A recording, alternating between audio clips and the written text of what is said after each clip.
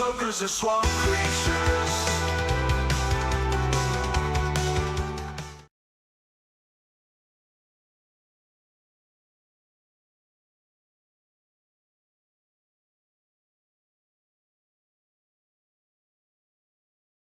Hello, everybody. Thanks for joining us today. I am Luigi Greenberg, and this is the third episode of Skeptical Robot, a show that is dedicated to debunking the paranormal. And we are still discussing the Amityville Horror. And joining me again as my guest, you know him as the ear of corn, who is just simply the most adorable vegetable in the Dabbleverse. Welcome, everybody. Corndiff. Hey, how are you? How's it going? How are you? Doing well. Glad to be here. Hey, thank you so much for being here. You have just undeniably been great for this subject. You seem to be interested. I really hope that I'm not going to disappoint you with where this story goes. But you have just been so fantastic, and I want to thank you, man. Thanks so much for being here, for giving us your time, and also just being so cool with the subject matter. Oh, yeah. As always. Yes. Hack Ride, he's right. Thirds are turds. We can all agree. That's always where the story goes wrong. We'll see what happens here. But I definitely hope that I'm going to keep everyone's attention today. Let's see. Oh, all right. Here we go. Delta Zero. Yes, the pineapple's also pretty adorable. I'm not going to deny that. He is pretty adorable, but I'm going to have to give it to the judges on who is the most adorable. We're gonna need a Dabbleverse beauty pageant between Corndiff and I'll Eggle. take most adorable grain. He can have fruit or vegetable, whatever he is. Okay, fruit. We're gonna go with fruit. Definitely fruit. He's a fruit. Okay. So thanks again, everybody. Thanks for being here. I want to remind the audience how the show works. Corndiff and I are going to be discussing today the third part of the story that surrounds the Amityville Horror. I'm going to narrate parts of the story and also play some videos that have been compiled from various sources. Ah, shit, let me take this off now. Gotta be better about that. Okay. So this is a long, complicated story, but the goal is to follow the story chronologically until it ends. Yeah, and also want to let the audience know it's a show for skeptics, blah, blah, blah, blah, blah, blah, blah, blah, blah. But let's talk a little bit. I like getting your summaries because they're a little off the cuff, Corndiff. And if you would just, off the cuff. if you would just give me a little, as long or as short as possible, summary of what we've learned so far from the story of the Amityville Horror. So far, there was a guy that got killed long time ago. Wait, no. Fuck, I've already fucked this up. Okay, hold on. So far, Go on. There's a house in Amityville. So far, so good. All right. That, had a family in it, and the kid went ape shit and just killed everybody in the middle of the night, supposedly. Or could have been some spooky shit like the dogs that hang themselves or the Indian woman hugs and tiny smelly rooms. There's a lot. All right. There's a lot here. There is a lot. Okay, so we can agree on that. There is a lot. I'm going to ask the audience real quick, though. I've just been having so much bad luck with my sound.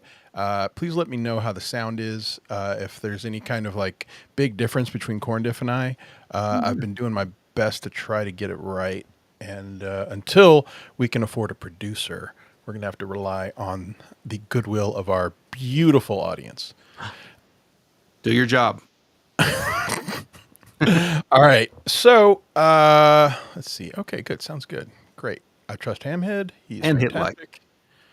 Yes, he likes it. And that's, hey, I'm going to tell you all, if he says it's cool, I'm not going to believe anything anybody else says.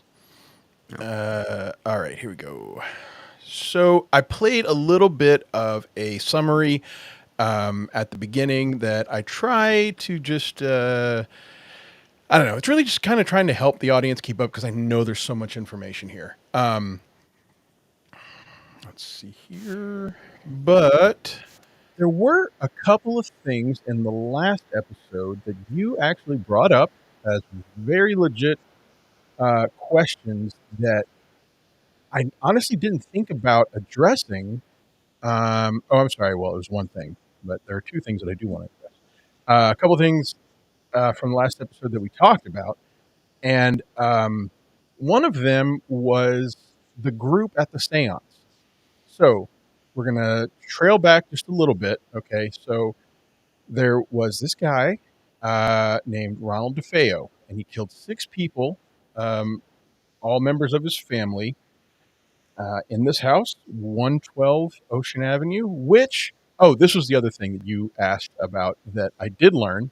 It is now, the address change, it is now 120 Ocean Avenue, because people who were looking up 112 Ocean Avenue were like camping out on the lawn and making pilgrimages, and there were like all kinds of like nomadic people running through it, and the owners got the address changed. I'm sure changing the number made all the difference in people. Yeah, I'm sure no one's going to find it now that it's 8 numbers away.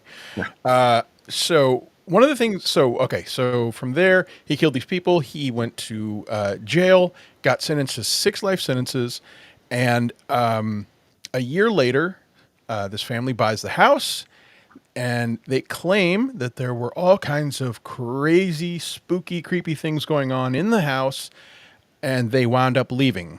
Their initial accounts are they left after 10 days, but then that changes, and then they say they left after 28 days. Yeah. There are some witnesses who say they actually never even lived in the house because they would frequently try to stop, their neighbors would frequently try to stop by, look through the windows that didn't have any curtains, and they saw unpacked boxes. So after that, the lawyer for Mr. DeFeo, the murderer, contacts the family and proposes this idea to them that they all get together and try to write a book. And the story from there is where these start to divert, is that George and Kathy Lutz, who were the homeowners, decline. And they say they don't want anything to do with this book deal with the lawyer. The lawyer's name is William Weber. Then from there, they decide that they change their mind. They want to do business with William Weber. They hold a press conference with Mr. Weber. And then they also hire paranormal investigators to investigate the house. When they hire these paranormal investigators to investigate the house, the first person they hire is a guy named Stephen Kaplan. Stephen Kaplan was a it's funny, I was just going to say self-proclaimed, but I guess also you could say self-taught vampire hunter. He was a self-proclaimed vampire hunter. I don't know that he went to school for it. Who knows? Maybe he did. An apprenticeship type of thing. Yes. And George Lutz hires him and then ultimately fires him after Stephen Kaplan starts to get some notoriety and talks about investigating the house. And the claim is that George Lutz says that he doesn't want any publicity. Stephen Kaplan smells a rat, immediately starts trying to tell the media and tell anyone who will listen that he believes this whole thing is a hoax. The vampire hunter becomes the voice of reason. What a world. And then, yeah, I mean, it's just an amazing story. So from there, he gets George Lutz gets introduced to the Warrens. George and Kathy Lutz get introduced to the Warrens, and we've all heard who the Warrens are with the Conjuring franchise. That's the man about people. Yeah, and then, of course, the Warrens do an investigation of the house, and they believe that it is infested with ghosts and spirits. I like this. I'm going to say it. I like the skeptical vampire hunter. He is literally the glue that holds the story together. And he is going to have a big impact in today's episode because it seems like he goes away for a little bit, but then he decides to come back. And it's pretty great. And he just makes it his mission to troll the Warrens. And it's great. And so then from there, the seance happens, and then we get this picture of a little boy. Oh, yeah.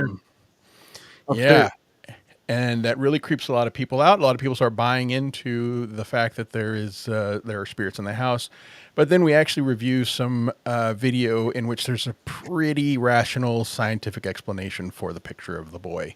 And again, hey, people are free to believe whatever they want, but I am here to offer a scientific, reasonable, logical explanation for everything. So after the March... okay, so actually, let's pick up this story. We're going to backtrack just a tiny little bit at the introduction between the Warrens and the Lutzes. Now, this was something that I never actually really paid much attention to until going through this story. And then when we talked about the interaction between George Lutz and Stephen Kaplan, the vampire hunter, this actually started to intrigue me a little more than it originally did. So I'm going to play this for you, and I want you to tell me what you think about it, Corndiff. And now let's just recap that specific part, because I know there's a lot.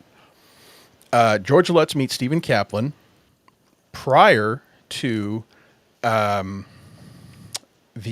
paranormal investigation, and Stephen Kaplan says that George Lutz is dropping all of these occult buzzwords on him. And we thought that it is something that has since gone on to be called neurolinguistic. Was it neurolinguistic programming? Yeah, that's it. Okay. So that you're the one who made that suggestion, and I think that's just a perfect example of what we think it was. I just simply called it him trying to manipulate Stephen Kaplan. I thought he was trying to drop these seeds, but I didn't even realize that there was a scientific term for it. He's trying to inception Stephen Kaplan and think this is his idea. And he just drops these little buzzwords, and Stephen Kaplan won't fall for it. And that's what makes him a skeptic. And he's the one who calls this a hoax. So now let's take all that into consideration, into context, and let's talk about the first time that the Lutzes meet the Warrens. Okay? So, oh, and I'm sorry. I haven't even talked about this because I haven't moved the camera. So I'm going to move the camera here, and then we are going to see that throughout tonight's show. What's that? What do we got here? Yeah, let's see. Tonight's show, Corndiff is going to be putting together a Lego model of the Amityville house. Yes. And let's see here. All right, I think we're all good on that. Mm-hmm. Looks like you already got a little bit going. But yeah. I'm going to check in with him occasionally, and hopefully we're going to have this done by the end of the episode. So we'll see. All right. So here we go. Now I'm going to start this video again. This is the first time that the Lutzes are meeting the Warrens. And I want you to just notice something a little familiar. Okay, here we go. The Warrens kick off the investigation by meeting with George and Kathy to do an informal interview. I arranged to do the introductions between Ed and Lorraine Warren and George and Kathy Lutz out at Kathy's mother's house. And we were sitting there, and Ed Warren is a very direct, matter-of-fact investigator. He wanted to get all of his ducks in a row. So he started to question Kathy and George as to exactly what had happened. The interview gets off to a rocky start.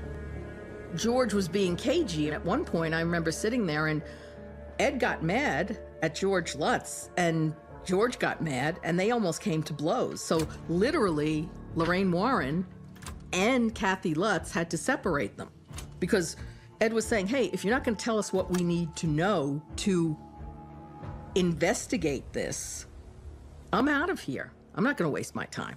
Well, it didn't come to that. Despite the initial conflict, Ed and Lorraine Warren would become the Lutzes' biggest supporters. Okay, so what... hold on. Wait, why can't I unmute you? Okay. So, does this not sound familiar to Steve Kaplan's story of meeting the Lutzes for the first time? Yeah, it's weirdly similar. Probably. And something like that. There's no details given, but Laura DiDio was 19 years old at the time, and she was the intern that introduced the Warrens to the Lutzes. And her story, like she just said there, is that that the word she uses, cagey. She says that yes, Chops. He's building an Amityville Lego set. Chops, stay tuned. And so she says cagey. Now, that could mean a million different things. You know, we don't know exactly what that is. But one of the quotes that she says, you know, and if we're going to take it as being truthful, and she so far does have some real credibility, is that Ed Warren says, if you're not going to tell me what I want to know, I'm not going to waste my time. Right. And we're seeing this again. That's exactly what happened with the Kaplans. So can we take it to mean that he was trying to drop these buzzwords again? Was he being, evasive? Did he not want to answer their questions? We don't know, but it doesn't look good for his credibility. Am I wrong about that? No, it sounds like he was up to some, the buzzwords again. Yeah, and we now have 2 paranormal investigators saying pretty close stories. They're not identical, I understand that, but both simply saying, my first interaction with this guy, I had my doubts and I didn't necessarily believe what he was saying. And that just never really stood out to me until last episode. Okay, so now this next thing is something else that you brought up specifically that I realized I I completely failed at my own mottos and my own standards by assuming something that I shouldn't have assumed. And that is, you asked at the seance, while we only thought that the people that were invited were the Warrens, these documentarians now account for over 20 people who showed up. And I assumed that the Warrens brought them, and you said, well, do we know that? I forget how you asked, but you said, well, who brought them? And I was like, this whole time I always thought it was the Warrens, but I didn't know. I wasn't sure. I shouldn't have done that, but we actually get an answer to that question. Oh, good. Great. It was decided that the Warrens would arrange a seance and that we would reconvene in a week or 2. But word spreads fast, and the guest list grows. But unbeknownst to us, George Lutz was also contacting other psychic investigators so that when we got permission from the Lutzes to hold the seance on March 6th with the Warrens, we didn't know so many people would be there. Teams of investigators and journalists descend on the Amityville Horror House. In all, nearly 20 people take part. Okay, so we learn that George Lutz, the guy who allegedly cancels a paranormal investigation because it's getting too much publicity, was actually making phone calls to get more people to the house to investigate it. And one of those people, or I shouldn't say one of those people, one of those groups of people was the Channel 5 news team, upon which Laura DiDio, that lady who gave that whole story, was a 19-year-old intern. And I'm going to stop just a second and ask you, if we were to rate the Lutz's credibility, how do you think it's looking for them? Just not very at all. That of a shifty carnival barker. I'd give them something like that. That's pretty good. I like it. I definitely like it. Thank you to the 21 people that we have in the chat. I am so sincerely appreciative and grateful for everyone there. Please like and subscribe to my channel if you haven't already. And if there are any questions or any specific things that you would like to ask, please feel free to send us a super chat. We would be very grateful. Okay, so now we're going to skip to today's story. Sorry for all of the catching up. There is a lot. And so now we're going to move on to, there have been 2 investigations so far. Do you remember that? 2 paranormal investigations there? Yes. I mean, you're talking about the first one when they moved in on day 1? No. Man, I'm getting some weird echo. Weird You echo. hearing that? Anybody hearing that? I do not hear an echo. Okay, so there was one on February. Shit, I don't have those dates in front of me. There was one in February, and there was one on March 6th. There was February 24th. Both done by the Warrens. They did the first one in February, and then they said, "Oh, we feel like there's so much more to do. Can we come back?" Okay. And then that's when they did the March 6th, when the boy was there, the 20 people were there. They spent the night. They claimed that they slept in the beds. We played some video of that last time, in which it's actually proven that they did not sleep in the beds of the victims, but they claimed they did. And oh, hey, thank you very much, Tiff with 3Fs, becoming a member. Appreciate that. Thank you so much. Hope you're enjoying the show. Okay, so that's two. We've had two investigations so far. So now there's a third investigation. Okay, but this one is a little weird. This one kind of goes off the off the tracks a little bit because of who's involved, and that is not the Warrens. The Warrens are not involved with this third investigation. Okay. Yes. So guess who is involved and who comes out of the woodwork, who we really didn't even mention much about last episode? Mr. Weber, the lawyer. Okay. That makes Okay. sense. Well, it kind of doesn't make sense, but we'll talk about how it eventually will make sense. So you're right. Your conclusion is right. But the immediate question here is why? Why would Weber be getting involved into the paranormal investigation? Now, of course, we're all going to just say money. Yeah, sure. But let's even try to narrow it down a little bit more. Okay. So it's been 8 months since the last investigation. It is now January 13th, 1977. The last investigation by the Warrens was in March of 76.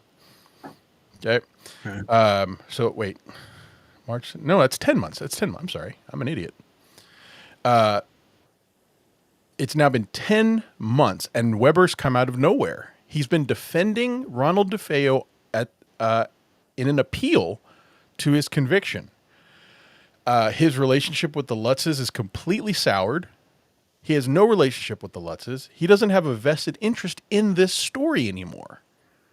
So why?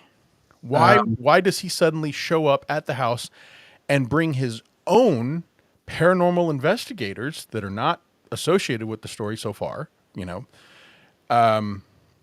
It at first glance, it's a little odd. Okay. So he shows up with this guy named Hans Holzer and a 70-year-old medium and Laura DiDio. Okay.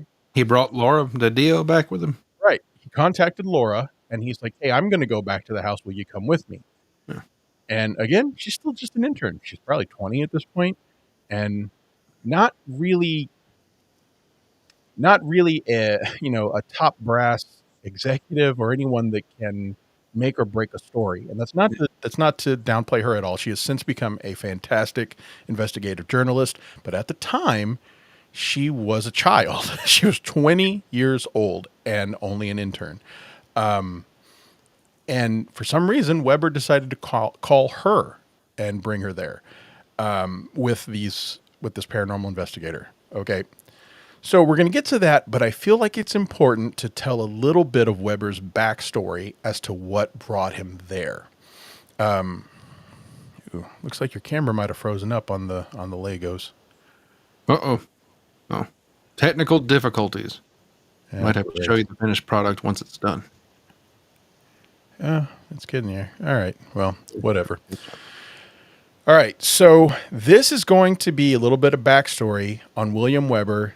That's going to talk a little bit about what led him here and also kind of what he's been doing since he's been gone out of this story for 10 months. Okay. I am going to ask immediately for forgiveness from the audience because this is going to get a little dense. And I didn't want to include all this in the last episode because it's going to get a little layered. But I promise you that this is all part of the story. So bear with me. I'm going to stop it every now and then. And please let me know, Corndiff, if you have any questions along the way. All right. Here we go.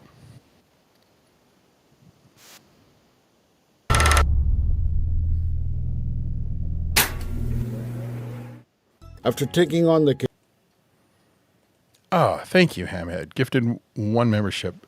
Hamhead is such a very generous, supportive guy. Thank you so much.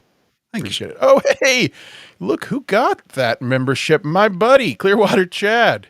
Or as I like to know him, Stuttering John. Clearwater Chad. Thank you, Clearwater Chad, for now being a member. And thank you, Hamhead, for the gifted membership. All right, here we go. What Leonard Simmons before him had. Oh, I'm sorry. I should have set this up. There was Raul DeFeo's first lawyer was a guy. I'm sorry. Hold on. What was his name? His name was Leonard son of a bitch. Jake Siegfried was his initial lawyer. So you're going to hear that name Siegfried told. So Weber is not the lawyer yet, and we're about to talk about his introduction into the DeFeo story. Okay, here we go. Sorry. Had briefly encountered. Suffolk County was stonewalling. In January 1975, Siegfried went before Suffolk County Judge John Jones, demanding police reports relating to the case. Incredibly, Jones denied the motion, stating that these items were, essentially, attorney work product under New York law. In the late spring of 19... Okay, I'm going to stop it for just a second there because we're going to talk about the narrator mentions that the original lawyer was being stonewalled by the prosecution during the DeFeo case and not being provided with evidence that the prosecution had. This is a speculative part of the story. We don't know exactly why that happened, but there are theories. And that little label that we saw there is suggestive of one of those theories. And that it says that these are from wiretaps. And Michael Brigante Sr. was Ronald DeFeo's grandfather, his mother's father, his maternal grandfather. And Brigante was a connected guy with the Genovese crime family. Ooh. So the theory is that at the time, Brigante might have been under police surveillance. And that is why DeFeo's original lawyer was getting stonewalled by the prosecution to hand over evidence. It wasn't even a matter of asking for evidence. It was just getting it handed over to him. So there might have simply been something in there they didn't want him to see that was irrelevant to the case. Other than that, there's really just not too many explanations. But I like the theory, and it would actually make some logical sense. So, sorry, again, context needs context in some of this stuff, but here we go. Yeah. 1975, Jake Siegfried became very frustrated with the case, and accordingly, he told Butch DeFeo that Butch's best option was to plead insanity. And at that point, DeFeo, it is said, just absolutely came unglued, and he either threatened Jake Siegfried with physical harm or attempted to do physical harm to Jake Siegfried. And at that point, Jake Siegfried resigned from the case. Just 4 months from trial, Butch DeFeo found himself with no legal counsel and fleeting hope of ever getting a fair trial. Okay, looks like I'm having some technical difficulties all around here. Let's see. I'll dance. This to play. Yeah, just dance. Dance, Corn. Counsel Here we and go. fleeting hope of ever getting a fair trial. So at this time, Judge Ernest Signorelli of the Suffolk Supreme Court is assigned to preside over the case. Described as a man of honor, a follow-the-letter-of-the-law judge, Signorelli now called in a favor with one of his friends, attorney William E. Weber. The defense attorney, William Weber, also wanted the case because it was a career maker. He was involved with Judge Signorelli's campaign efforts. Signorelli appointed an eager Weber to the DeFeo case on July 7th, 1975. They didn't have the lab reports. They didn't have crime. Okay, are we following along with what's going on here? And please tell me if we're not. I'm happy to explain it, but I definitely don't want to take up too much time on it. So The judge on this case is not being kind to the defense. He is essentially just ruling in favor of the prosecution. And DeFeo's original lawyer tells DeFeo it's hopeless, essentially. DeFeo loses it, and apparently there is some sort of rumor of either a physical threat or physical violence, and the guy quits. So the judge calls in his campaign manager to be the defense lawyer. He was running for judge of a higher court, and he had a campaign, and he asks his campaign manager, which is an obvious conflict of interest. And that is William Weber, the guy that we have come to know and love. And William Weber accepts. Here we go.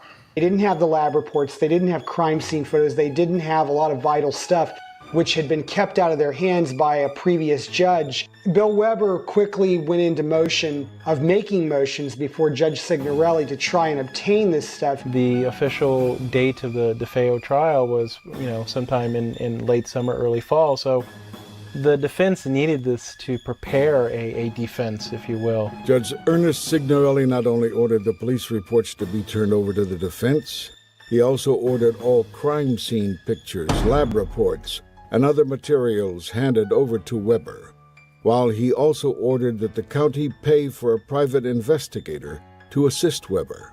Judge Signorelli... Okay, do we get that?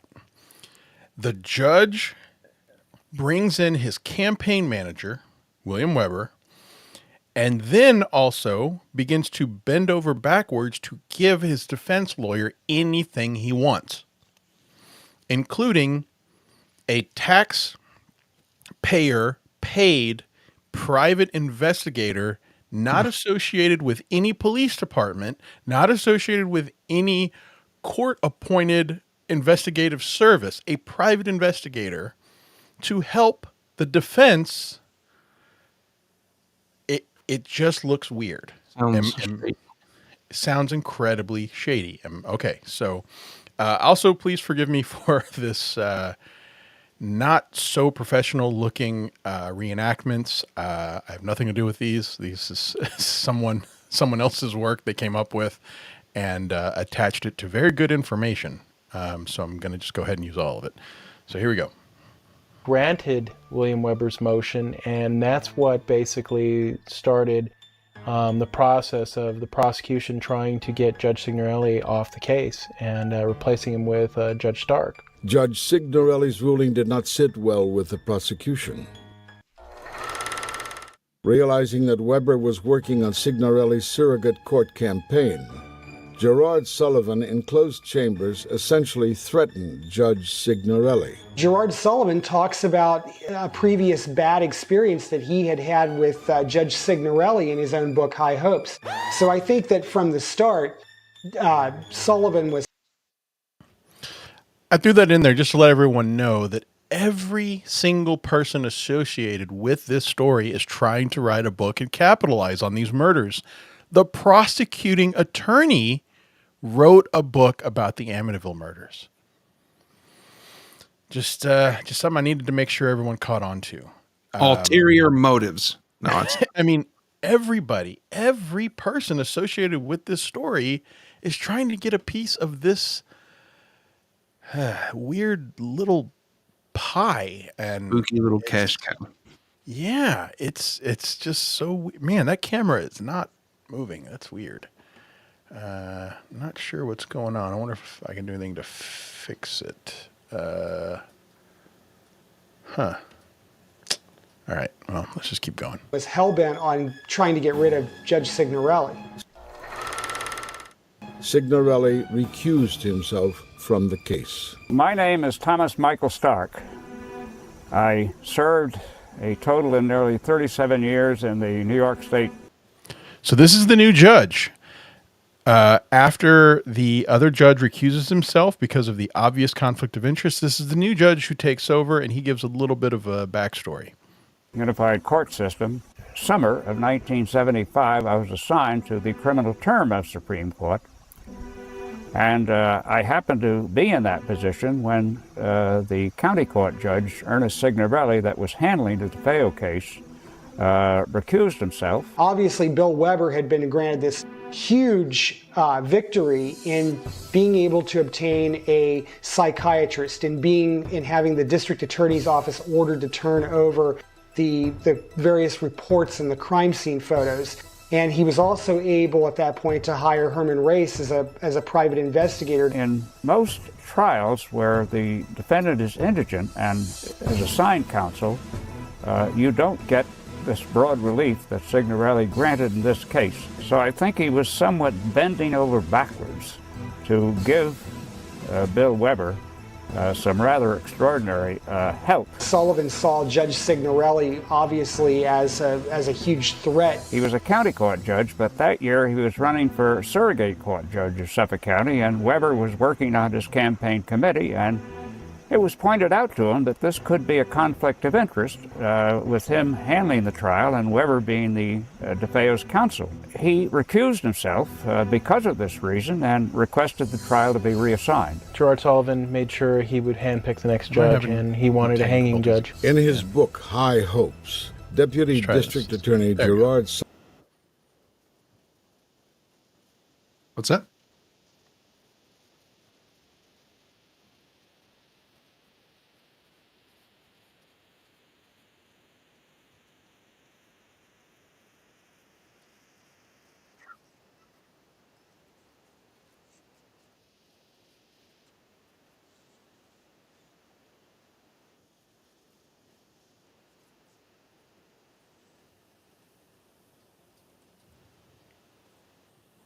Oh boy. All right. I don't know what's going on here. Or judge shopping. That's what's going on. And I'm doing slow-mo Legos.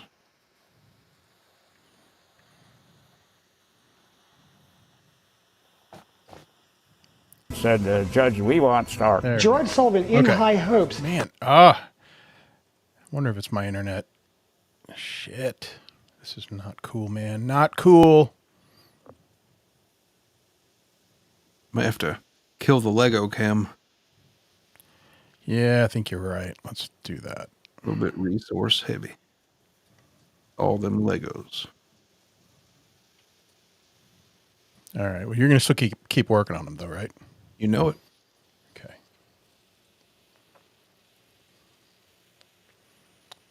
Let's see if that helps. Actually,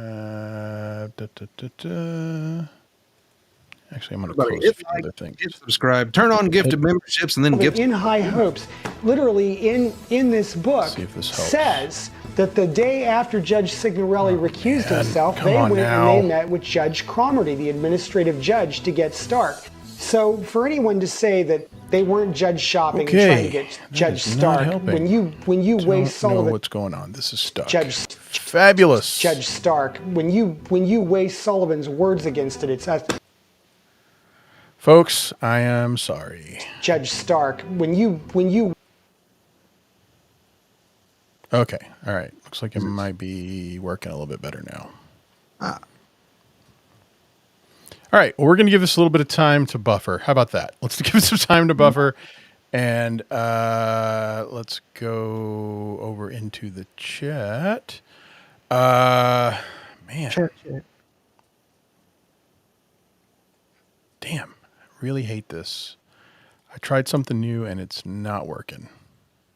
Some of my best times have been when everything takes a shit.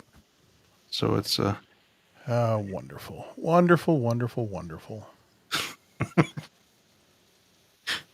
This pod should be called "There Will Be a Quiz." Yeah, believe me, they're not all going to be like this. I promise. This story is just so dense. All right, man, fuck this. I'm getting rid of this, and I'm going to try this a different way. Ah, shit. All right, we tried this. It didn't work. We're going to try this a different way now. Let's do this. Cupcake's Corner checking in. Hey, Cupcake. You showed up right in time for the technical difficulties. I could be the only one here, but I blame him. think it's reasonable. Yeah. All right, so we're going to add this to the scene. Let's see if it works this time. Fuck, folks, I am sorry. And it's obviously something I need to fix. Here we go. Incredibly, Jones done Fast forward a little bit. Here we go. Absolutely came unglued, and he either threatened Jake Siegfried with this case. described as a man of honor, a 75. They didn't have the lab reports. They didn't have crime scene photos. They didn't have. He also ordered that the county pay, essentially threatened Judge Signorelli. Gerard Sullivan talks about a previous bad experience that he had had with Judge Signorelli in his own book, High Hopes. So I think that from the start, Sullivan was hell-bent on trying to get rid of Judge Signorelli.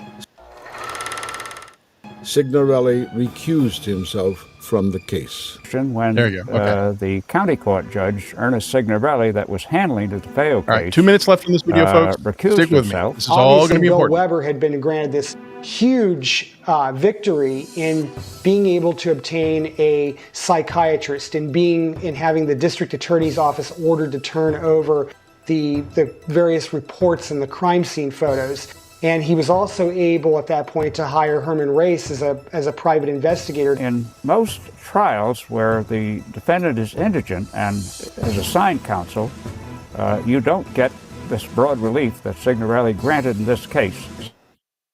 Okay, let's talk about that.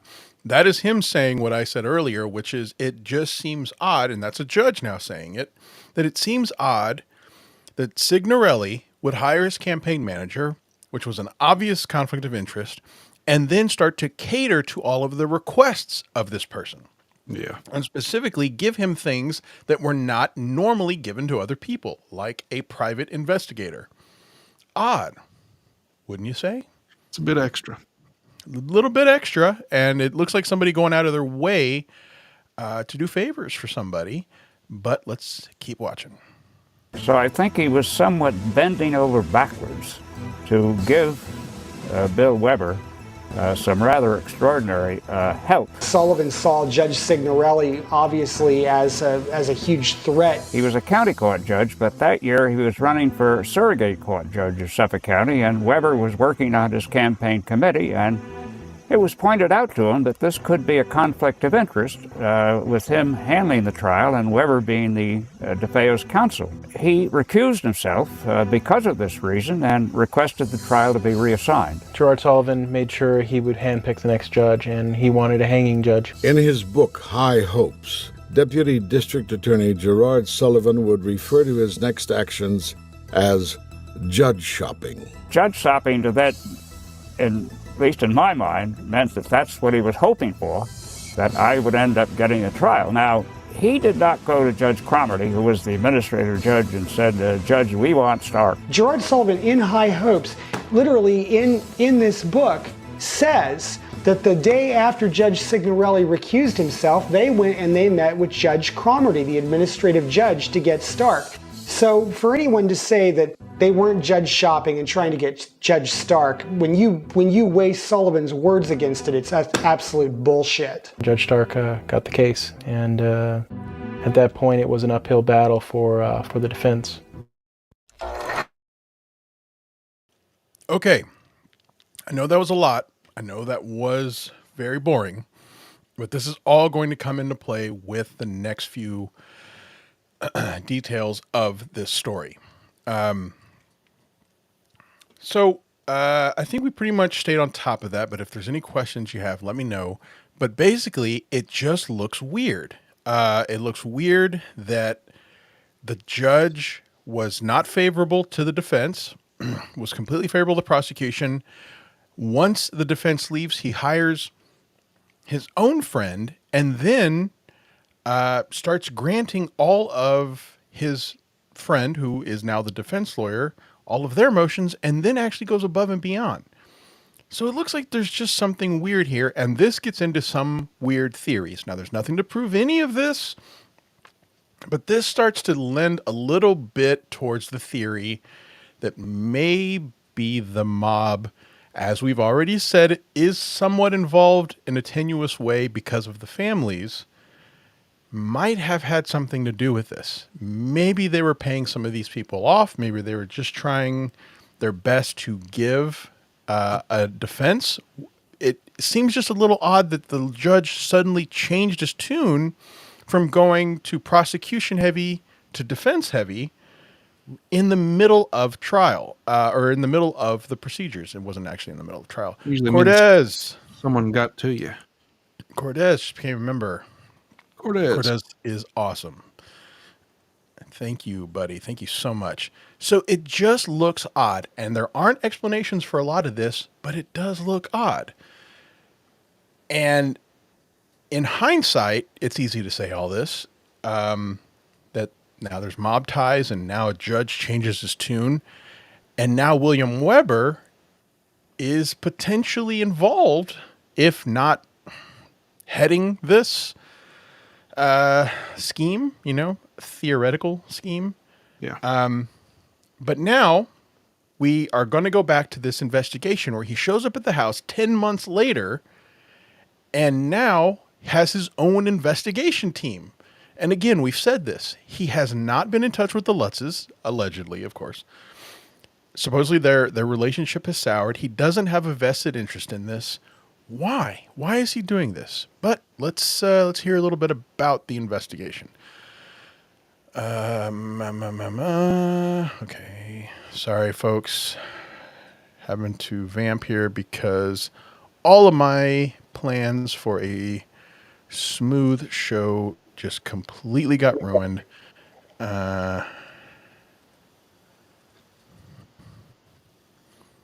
And let's see if I can try to make this as smooth as possible from here on. Thank you for dancing, sir. That is what brings all the boys to the yard.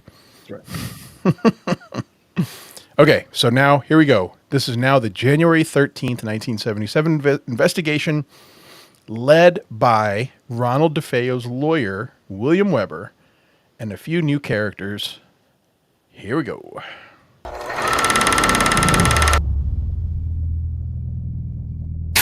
Attorney William Weber contacts another paranormal expert, Professor Hans Holzer, regarding the still abandoned house at 112 Ocean Avenue.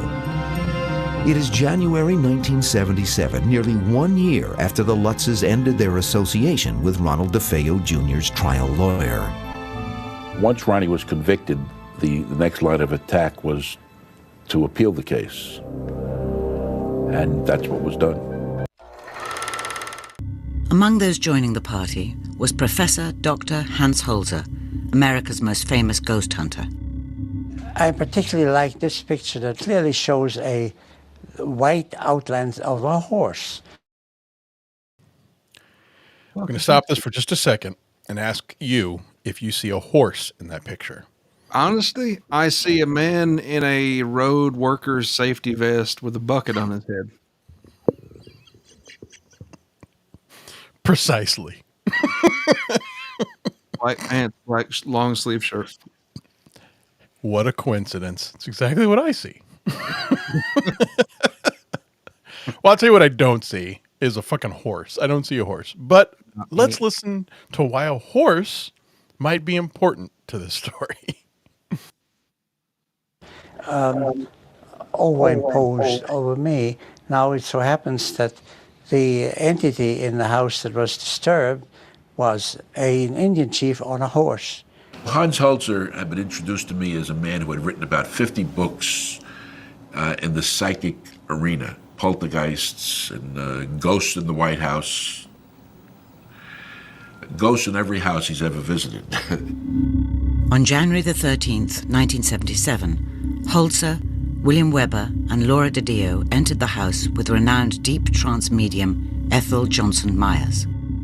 The only thing you need is a good deep trance medium so that if an entity is present, they can use the vocal cords of the medium to make a conversation with me. It's very eerie. As soon as we got out of the car, before we even entered the house, she said, "There's an Indian around here." To be fair, I once went to dinner with Corndiff, and he said the same thing when we got out of the car. So, You weren't supposed to mention that. Well, hey, the world needs to know. All of a sudden, she developed an Adam's apple. After a while, this lady began talking in a strange, jabberish language, Her voice dropped several octaves. and she was talking with an Indian chief who was buried on that land. Why are they angry? Because it's been a sacred place, and this is over the very, very special chief. Oh, I can't move my face. This turned out to be an Indian cemetery that had been used to build houses on, very much to the dismay of the Indian who was buried there. What does Okay, so we've talked a little bit about this. This is the introduction of the Indian. He isn't really given a name. He's just called the Indian. If there's And only one, just call him the Indian. okay, great point. There's only one. Great point, because that actually does get brought up a little bit. But yes, there is one Indian who is haunting this house. Now, I also want to remind everyone that every person seems to have a different theory. Every person who is a medium or psychic or paranormal investigator, they all have different theories. And also, none of them seem to coincide with the quote unquote alleged experiences that were provided by the Lutz. The Lutzes say that there was a woman who smelled of perfume who would hug them. When it comes, they experience a lot of different things, but I'm just saying when it comes to people or whatever that they saw. And then the Ed said that he was attacked by 1,000 demons when he went into the house. Lorraine said that it was also demonic. How the hell did you get attacked by 1,000 demons? Did they yell at him? Did they all punch him? He said they pushed him down. Remember that? He said they pushed him on the floor. He said it was like walking against a tidal wave or something. I forget how he said it, or something. It was something stupid. But he said, that they pushed him down on the ground and that he felt electricity. That's a heart attack. Were you ever a Parks and Rec fan? Did you watch Parks and Rec? Yeah, I did. One of my absolute most favorite moments was when Jerry has the heart attack but farts really loudly. Yeah. And Tom tries to get the doctor to say fart attack. That's exactly what I see. I see Ed as a Jerry type of figure having a fart attack. Okay. And so everyone just has this different theory. And I think that also goes to the credibility of all these people. And that's why I think these are all con men or con people, in the case of Lorraine, who are all delivering their own con. This 70-year-old psychic saying that she senses an Indian, Hans Holzer. We're going to talk a little bit about Hans Holzer moving forward, but nobody has any credibility, and especially not William Weber. Now, we can't specifically point to exactly what's fishy and what's wrong about William Weber yet, but so far, would you agree that he's shady? Yeah, something is up. Something doesn't smell right. We have all of this very, very gray area behavior that just doesn't click. Something's off. Okay, so let's move forward a little bit with this. What does he make them do? Violence of death. I don't know, my skull's cracked and my neck's stretched. What will the male do under those circumstances? Anything the Indian desires him to do. Despite the fact that the people have said it's the most haunted house in America, it is not a truly haunted house. There are no ghosts there. There are no spirits there except the Indian chief. And what he wanted, from his point of view, was get off my land. Okay, now, I don't know what his definitions or distinguished definitions are between haunting, but I would say that the spirit of an Indian chief residing in a house and causing problems is a haunting. But yeah, if he's saying, oops, Sorry. I'm sorry. I'm sorry, buddy. I thought I was unmuting you. Wrong on me. Sorry. Yeah, I feel like if he's specifically telling them to get off his land, that's classic haunting, right? That's what it sounds like to me. But apparently, he has a very different definition where he says it's not a classical haunting, whatever the fuck that means.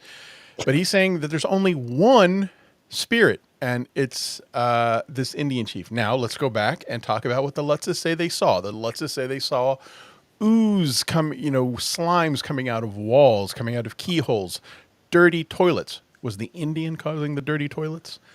Then we also had it was a porcelain lion that was supposedly biting people, marching bands that were playing in the middle of the night and clearing out. That was another thing. The ghosts would actually clear off any sort of carpet that they had on the ground. What are those called? Place carpets, whatever. Roll it. They would roll it up, and the way that George Lutz described it was that it looked like they were clearing out a dance floor. I don't see that as typical Indian chief behavior, but what do I know? No. So let's hear a little bit about Mr. Holzer. William Weber came to me when the young man was already in jail and asked whether I could help reopen the case on the basis of what my findings were. Today, however, William Weber denies ever having requested Holzer's help with Ronald DeFeo's appeal. I don't recall whether I may have called Hans Holzer in, but it certainly wasn't to investigate the case. This is why that video I played earlier becomes important. Listen to what Weber says here and where he takes the story from here. All right. Hans Holzer was not, as I recall it, brought in to effect an appeal, although Hans had strong feelings that Ronnie was definitely possessed.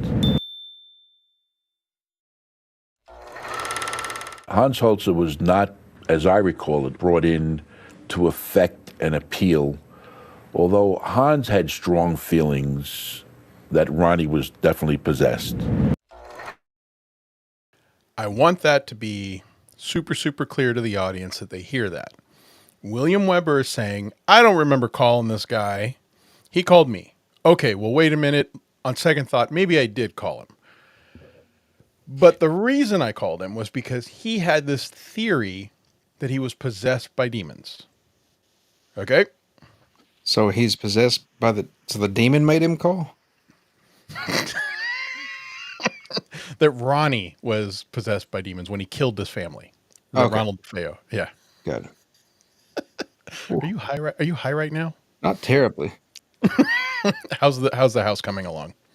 It's getting there. Working on the second floor right now. First one's great. Hey, that's faster than I thought. All right, here we go. Using her psychic abilities, Mrs. Myers theorizes that the house is built on sacred Indian burial ground. The Indian force takes over when it takes.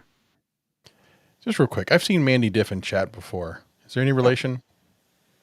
No, she's just a fan. That's me on the thumbnail. But no, I see her a lot over there on WGNN. But she's everywhere. She's everywhere. She's a big fan of all this. She's funny. She's great. Yep. It's over. It's deadly. Photographs taken during Holzer's investigation show what he believes is evidence of paranormal activity. Superimposed on the scene of me standing up in front of the entranced medium, there appears to be white matter, which we call ectoplasm, and it is quite clearly a man on a horse. Now, I'm going to take his word for it. It is quite clearly a man on a horse. Okay. So here's my thing about ghost hunting shows and ghost hunters. So he's saying that the spirit itself is an Indian, and at the same time, the Indian has his horse with him. So is the ghost a horse? And does the ghost also do ghost things. I'm not sure what the ghost job is supposed to be, but does the ghost do them? Maybe the ghost was the one shitting in the toilet. Maybe that's why it was so dark. That makes yeah. That's about all they can do is just put spooky horse shits in the toilet. Ah, man, okay, now it's starting to make sense. Okay, you know what's going to happen with this show is it's going to start off skeptic, and I'm going to become a believer by the end, with the thought of a ghost taking a shit in a human toilet, a ghost horse taking a shit in a human toilet. Okay, here When we go. everything starts adding up, what else can you think? You know? Yeah, hey man, if it adds up, the numbers don't lie. Hans Holzer continues his investigation at the Amityville Historical Society, where the curator reveals that the skeleton of an Indian chief had been unearthed on Ocean Avenue during the early part of the 20th century. I'm convinced that Ronald DeFeo was under the power and the influence of the Indian when these things occurred.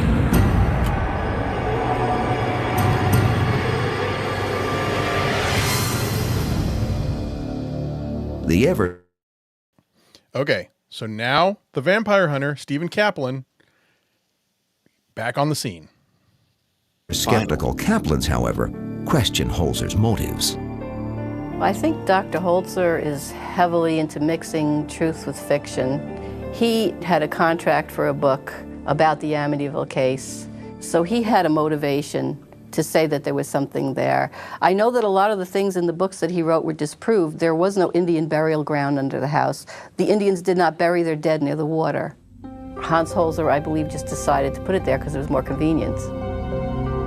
One must remember that over 300 years or 400 years, the erosion that... Get a good gulp of this guy. Chief Straight Arrow. Let's make sure that everyone gets just a feast your eyes on this guy. Chief Straight Arrow of the Montaukett tribe of Long Island. Hey, Hamhead, gifting another Luigi Greenberg membership. Thank you so much. And guess who got it? Mandy Diff was gifted a membership by Hamhead. Thank you so much. Hope that you will enjoy the content, Mandy Diff. Glad to have you, and always a big thank you to Hamhead for just being so generous for my content here. Thank you. Okay. Yes, and this is an interesting thing Mandy Diff actually says. I notice all ghost shows, talk about Native American burial haunting grounds. Indians were here before us. All of America used to be Indian. So it seems very convenient, doesn't it? It just seems like a very convenient place to point a finger. And it's also kind of a generic place to point the finger. And that's also part of the theme that we're trying to get across with a lot of this stuff about the haunting, is that it wasn't a very creative hoax. All of these things that these people came up with, just it was pretty generic. Here we go, Hamhead. Sorry, just keep Bob Levy off this channel, Luigi. I'm going to try my best, Hamhead. I'm going to try my best. He's been begging to come on, and we'll see what happens, man. I promise. I love Bob.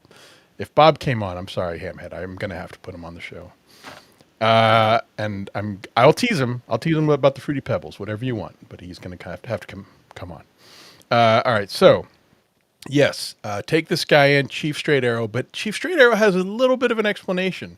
Even though he agrees with the Kaplans, he does agree that there was not Indian burial ground there, nor did the Indians bury their dead near water. Apparently that was an Indian thing.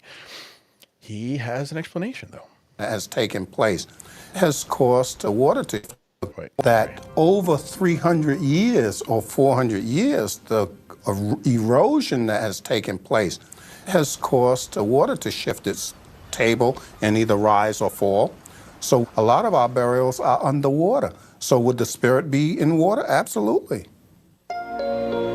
For his part, Hans Holzer questions Stephen Kaplan's motives for decrying the Amityville case as a hoax. And when he found out I was involved with the Amityville house, and he asked, could I come along? Please, I want to come along to the house the next time you go.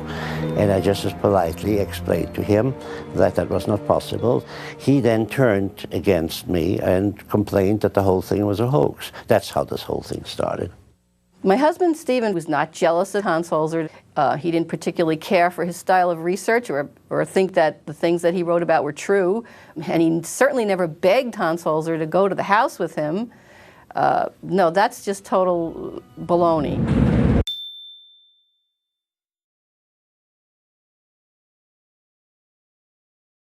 Hans Holzer was not, as I recall it, brought in to effect an appeal, although Hans had strong feelings that Ronnie was definitely possessed.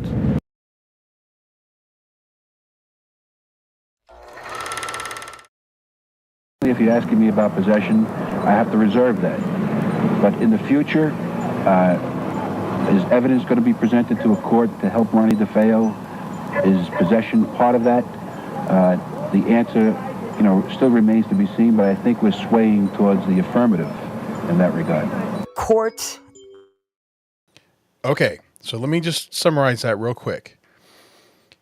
William Weber was being interviewed, and William Weber is saying to these reporters, we plan to appeal this case by saying that he was possessed by the devil, or possessed by a spirit, whatever, possessed by something paranormal. Hard to prove him wrong, It's hard to prove him wrong, but at the same time, the way our justice system works, you have to prove him correct in order to defend. I guess it's not true. It's hard to prove him wrong, but at the same time, here's where it goes sour. He is talking about an appeals case. Now, when you hear appeal, if someone just simply says, I lost this case, I'm going to appeal it, in the criminal sense of the word, what does that mean to you? They're challenging the judgment that they got. Exactly. Unfortunately, that is the typical, I don't even really know what to call it, but that's pretty much the typical belief of someone who doesn't have legal training, or at least, procedural training as to what it is. But that's not true. That is not what an appeal is in a criminal sense. Again, an appeal is not a reevaluation of the facts. An appeal without any additional evidence is only a reevaluation of the rights of the defendant to prove that they were not violated. And that is procedural. What that means is that you're handing the facts of the case, the procedural facts of the case, over to another set of judges to ensure that throughout the course of the trial, the defendant's rights were not violated. It does not examine the facts of the case in any sense of the word. Okay. It is only a procedural analysis, except when there is new evidence presented for, a potential different explanation. But you don't just re-examine facts as they are. It just doesn't happen. It's not how it works. So this person is actually going to give a short, brief explanation of what I'm talking about, but I just wanted to give a little bit of an overview. Of New York State. If it is not, you can only bring up some new evidence, which that is how Bill tried to get the Lutz's testimony in the appeal. Stark ruled that the only evidence that was going to be allowed in the appeal for Butch was points of the trial. There's nothing, absolutely nothing in that house that ever convinced me, at any rate. Maybe I'm a bit of a skeptic, but I'm also a realist. I never saw anything to indicate this mystic phenomena and all that nonsense. And I use the word nonsense because that's exactly what it is. It's nonsense. As Weber planned. Okay, so let's talk about that right there. He knowingly, William Weber knowingly, as a lawyer, as an appeals lawyer, he knows that when he makes a statement such as, we're going to use possession as a defense, he is lying. He is, in fact, telling something that is not true. He is providing a foundational basis that simply is not within the bounds of reality, saying that that's going to happen because it's not allowed. Now, we all know that the Warrens were involved with this weird thing later called the devil made me do it defense. This was before that. There is nothing precedent. There's no precedent, and there's nothing in a law book that says, oh, you can appeal a case if you can prove that he was possessed by an Indian chief. William Weber is outright lying to the press, lying to anybody that's going to listen, that he intends to use this as a defense because it is not possible. He is not allowed to do that. Am I making that clear? I feel like I'm rambling here. I don't think he was not allowed to do that. He is not allowed to do what he's saying he's going to do. And the weirdest part about it is that as an appeals lawyer, he knows this. He's knowingly doing it. Shiesty. And yeah, I mean, it's so shiesty. And I actually tried to do some Google research on what happened to William Weber after all of this. And oddly enough, there isn't anything to really be found. So I think that he ruined his credibility because of this. The Indian got him. Well, before that, I mean, he is now relying. Okay. So actually, you know what? Hey, man, have I told you this episode how great you are with your jumping off points? Okay. So let's just talk about that real quick. So he says that Hans Holzer reaches out to him. Weber denies it, but then he backtracks. He says that the idea of using possession as a defense to the murders was Holzer's idea. But William Weber discusses possession and as this potential legal defense. But now we know that a criminal appeals case will not reconsider the facts of the case. Why did he pretend like this was even a possibility? We don't know, other than he just was trying to find money. He was trying to find an opportunity. But the only theory that I think really makes sense is he knew better, but just played along as if it was possible to introduce this possession defense at appeal, because he still had the pending book deal that he had proposed to the Lutzes that they didn't bite on. So we show that interview of Herman Race. Do you remember who Herman Race was? Herman Race was the private investigator that the judge had hired or allowed him to hire at taxpayer cost in order to help with the original trial of Ronald DeFeo. Herman Race, the private investigator, issued or attached to this case by reason of the Judge Signorelli, goes and does this public TV interview in which he says outright, I found no evidence of a haunting, and then states it publicly, in a TV interview. So Herman Race's opinion could potentially be interpreted as ruining Weber's credibility as a lawyer. And most importantly, it could kill Weber's book deal. Am I making sense here? Just everything's tied together. Everything is tied together.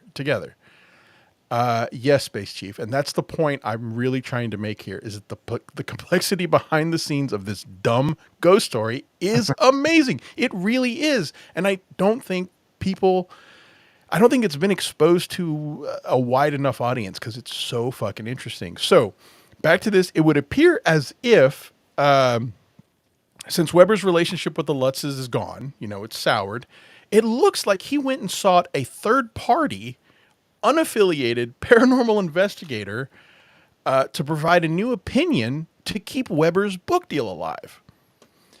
This is just a theory, but I think that the facts would suggest this. If I'm wrong, please point it out. That's an open invitation. Please. I'm very curious to hear other perspectives on this, other opinions. But let's talk about who was there, okay? Hans Holzer. Well, actually, you know what? Let's finish this. There's only a few seconds. And his appeal of DeFeo's conviction, George and Kathleen Lutz developed a different plan of their own upon meeting Tam Mossman, an editor at Prentice Hall. They basically went to Mr. Anson to write a book of their own, and Butch and Mr. Weber got nothing. So, the other thing that I was playing that had the difficulties talks a little bit more about how William Weber started to reach out to his book agent, and when he realizes that the Lutzes have already started research, have already started talking to an agent for their own book, he proposes, and then apparently there was a letter that he wrote to Ronald DeFeo and says, I'm trying to get the book published, but I'm having trouble because there's already one in the works by the Lutzes, and I'm having trouble trying to convince my agent to believe that there's going to be any kind of demand for a second book. Yeah, no one's gonna want that if there's an authentic Lutz book out there, you know. Exactly, but he was the one who had the idea first, and so now he's running with it and saying, "Wait! This was my idea." And now he's going back to his agent and saying, "Hey, I really want to keep moving forward with this book." And the agent says, "Well, there's already a book coming out. What do you have to offer?" Right. And he's like, "Well, I'm going to go get a third opinion." And so he goes and gets his own team, puts them together, and then he comes back and says, and here's another angle. Maybe he was possessed, and there's an Indian chief living on the ground. So now he's coming up with ideas. He's really just trying to wrangle strain for these ideas. And it is all in an effort to hopefully keep his book deal alive. Again, this is just my theory, but there's really a lot to suggest that this is what's going on. Now, I can't help but talk about this also, and that is that the guy he hires, Hans Holzer, was apparently an author of 140 books about ghosts and paranormal events. If you Google him, the first book cover, I just said booger. If you Google him, the first book cover that shows up is this. Confessions of a Witch. Confessions of a Witch, as told by Heather to Hans Holzer, and we had to cover up the nipples. Looks like they might have leaned into using sex to sell. And I just got such a kick out of this. And yes, you're right. It looks like softcore porn. It looks like a cheesy softcore porn. Were there novelizations of softcore porn movies? Please, somebody look that up. Probably the internet wasn't around. They had to have something to read back then. This it looks kind of Heather Locklear like. Ooh, it does. It actually does. And this was the type of book that Hans Holzer wrote. And all I can say is, on your credibility meter, Corndiff, someone writes this book and then wants to tell you about ghosts and paranormal events. Where do you land? 100% believe him. That's why I bought my copy of this 1975 classic off of eBay. It should be here soon. Yes. So a little behind the scenes introduction to the audience is that we talked a little bit about this before the episode last week. And the funniest thing about it was that neither one of us could find a plot, a description of the plot for this book. And that's the funniest part. Yeah. To me anyway. So yes, this is the guy that William Weber hires. And hey man, however you got to find your paranormal investigator, best of luck to you. So, they didn't have Craigslist back then, so. Yes, you're correct. Okay, stay with me, folks. I know this is getting dense, and I do apologize, but I think we're past the worst part. So now we're going to get back to some of the fun stuff, and that is that immediately after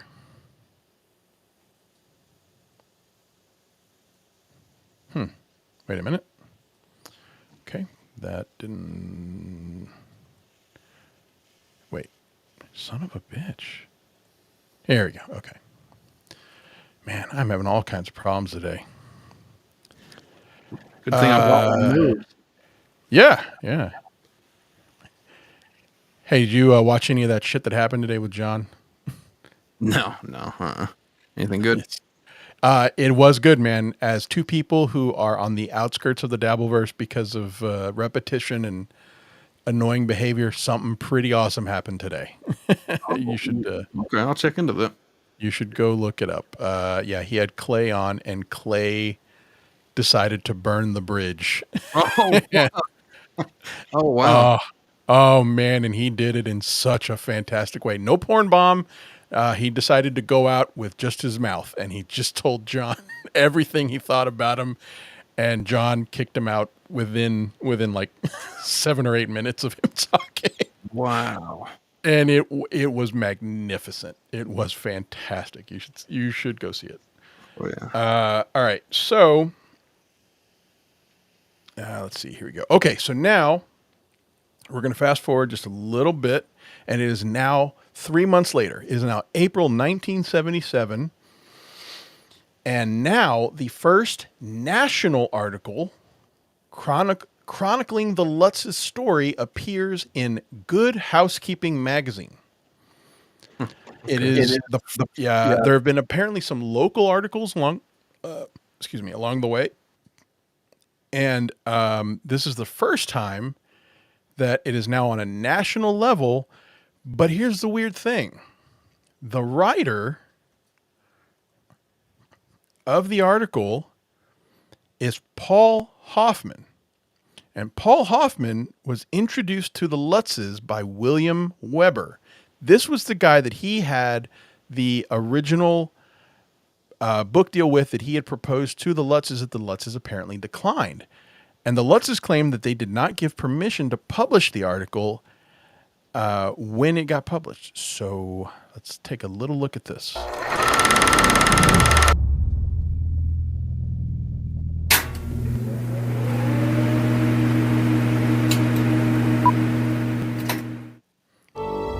The first national article chronicling the Lutz's 28-day ordeal appears in the April 1977 edition of Good Housekeeping magazine. The article is written by Paul Hoffman, who had met the Lutzes 1 year earlier through attorney William Weber.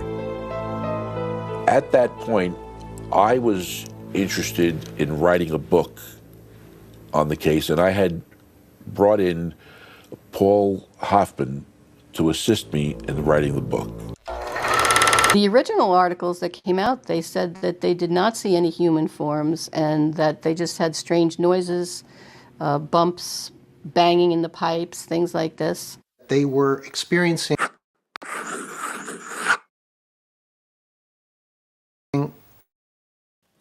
Did you notice that? Deodorant tampons. Why was it necessary for the documentarians to leave that part in? I just thought it was odd, but it doesn't even look like it was a real thing. Like this looks like you're right. Computer-generated article. You're right, but this was a legit documentary, and they decided to just. That's weird. They could have blacked it out. You know, they could have just put anything there, but they left that anyway. what on the surface appeared to be some low-level psychic phenomenon.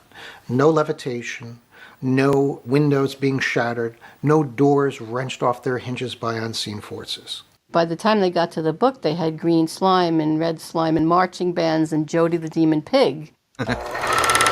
And here was a whole article written by Paul Hoffman, all about how all these terrible things happened to the Lutzes, like black slime and demon pigs and keyholes oozing slime and windows slamming on kids' hands, and all things that had never been mentioned in the previous articles were suddenly in this feature-length article. Initially, if you look at the original articles, they claimed they were only there for 10 days in the house.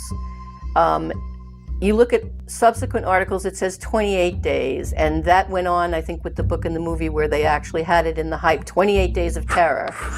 So already there was a discrepancy with the dates. Nobody knew when they moved in, when they moved out.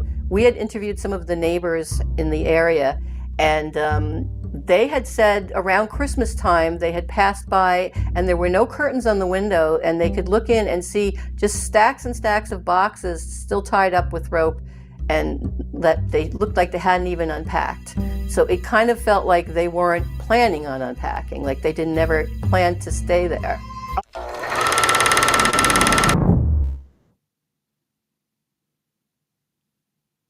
So tell me what you're thinking.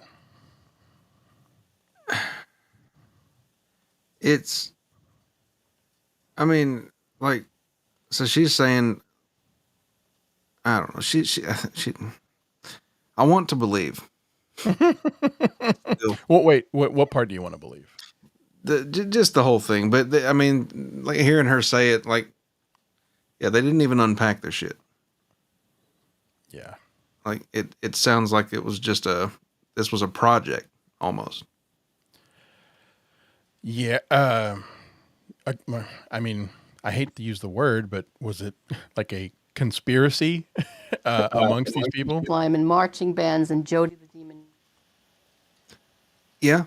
Well, I mean, just from the family's aspect, I mean, when they started this, they couldn't have known it would get so large. I can't imagine.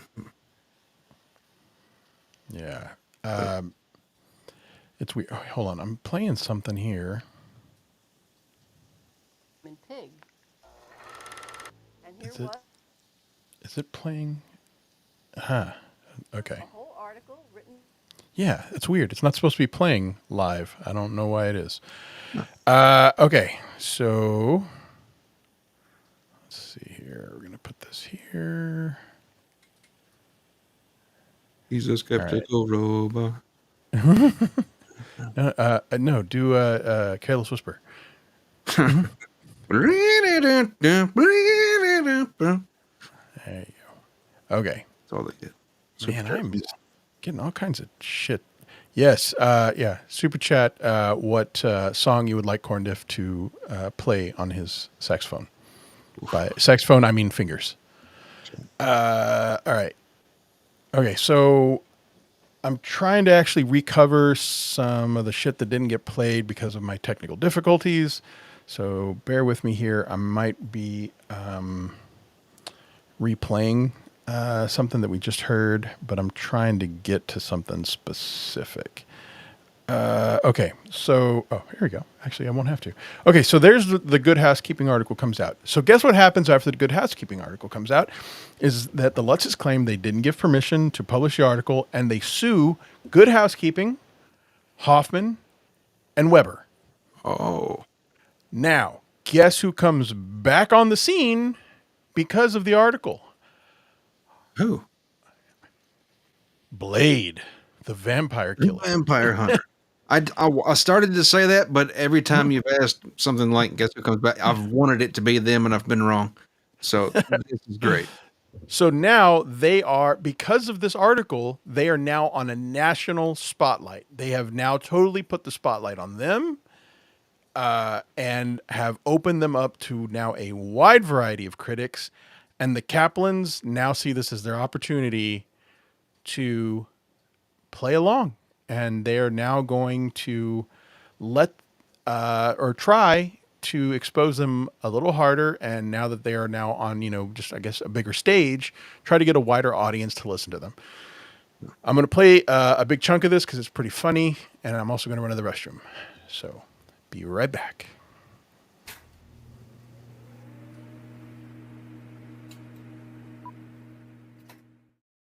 Prentice Hall knowingly participated in the hoax. They were actually, I believe, working for the publishing company to back up the Lutz's story because they had their own book deal coming out.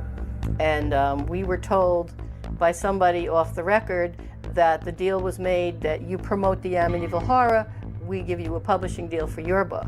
Lorraine Warren appeared with George Lutz on the Lou Gentile show on May 27, 2002. During that show, in her own words, she recounted how Tam Mossman had always wanted to do a book on the Warrens' life. And later, after the Amityville Horror was published, Tam became the editor of the book that ultimately became The Demonologist, which was published in 1980 about the life stories of Ed and Lorraine Warren. It didn't end. The next thing I know, there's another show. Now I'm getting a call from the people who are living in the house there next door or 2 doors down, and they have something to say. Then I meet a local cop, and he has something to say. And then there were several other neighbors who wanted to speak. And before I know it, Stephen Kaplan has rounded up other people who contend nothing ever happened in that house. And before you knew it, I'm devoting hour after hour to this one story. Okay, Stephen found out from his friend Max Toth that there was going to be a book coming out about the Amityville Horror, and he wanted to see what was going to be in it. So he called up Prentice Hall and spoke to a gentleman named Tam Mossman, who promised to send him the galleys of the book and never did. And we were wondering why. And Tam Mossman basically told Stephen. Stephen told Tam Mossman that this book is a hoax. You're going to print something as a true story, and this is a hoax. And Tam Mossman said the same thing the other people had said, that basically the bottom line is money. People want to read about this. They want to read about a haunted house. The more demons are in there, the better. And he doesn't really care about whether it's true or not true, because Jay Anson was assigned to write the book. He met with the Lutzes. They told him their story. He was writing their story, and that's what it was going to be, and that's what they were going to publish. The Amityville Horror is published in the fall of 1977, its subtitle boldly proclaiming it to be a true story. Okay. So that's all about the article. It's like they didn't care if it was real or not. Exactly. And that's kind of what we're going to see from everybody. And the Kaplans, oh, wait a minute. I think I was a little confused on that. Now let's keep going. Hold on. Although reviews are mixed, strong word of mouth bolstered by a national publicity campaign turned the book into an overnight sensation. Meanwhile, the relentless Stephen Kaplan tries to persuade the public that this supposed true story is an outright fraud. If you compare the original edition of the hardcover version of the Amityville Horror with the first paperback edition, you will see hundreds and hundreds and hundreds of changes that they made. According to the hardcover, the priest was driving on the expressway when the hood of his car suddenly flew open and smashed his windshield. This was impossible because he was driving a Chevy Vega and the hood opened the other way. It couldn't have smashed the windshield. So they changed it to a tan Ford in the paperback. George Lutz claimed that the front door flew off its hinges, and what it was the screen door. The wooden door was still there in place. When we saw the house, it was the screen door that was hanging, and in winter on Long Island next to the water, it's not unusual to lose a screen door. It appears that the inconsistencies in Anson's book are not entirely the result of artistic license. They are flagrant fabrications. Anson's position was...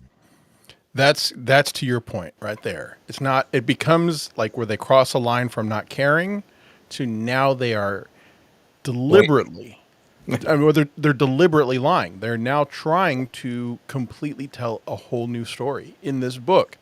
Listen to this part. I used literary license. I was given this story. I believed the Lutz because they had tapes. They gave me a bunch of tapes. I transcribed the tapes. I wrote my story. And I used a little literary license to make it more interesting. When the paperback came out, I actually personally sat down with both books side by side and turned page one, and compared everything on each page. And there were hundreds and hundreds of changes in the paperback. And right on the paperback it said, this paperback is the complete original edition. Not one word of this has been changed.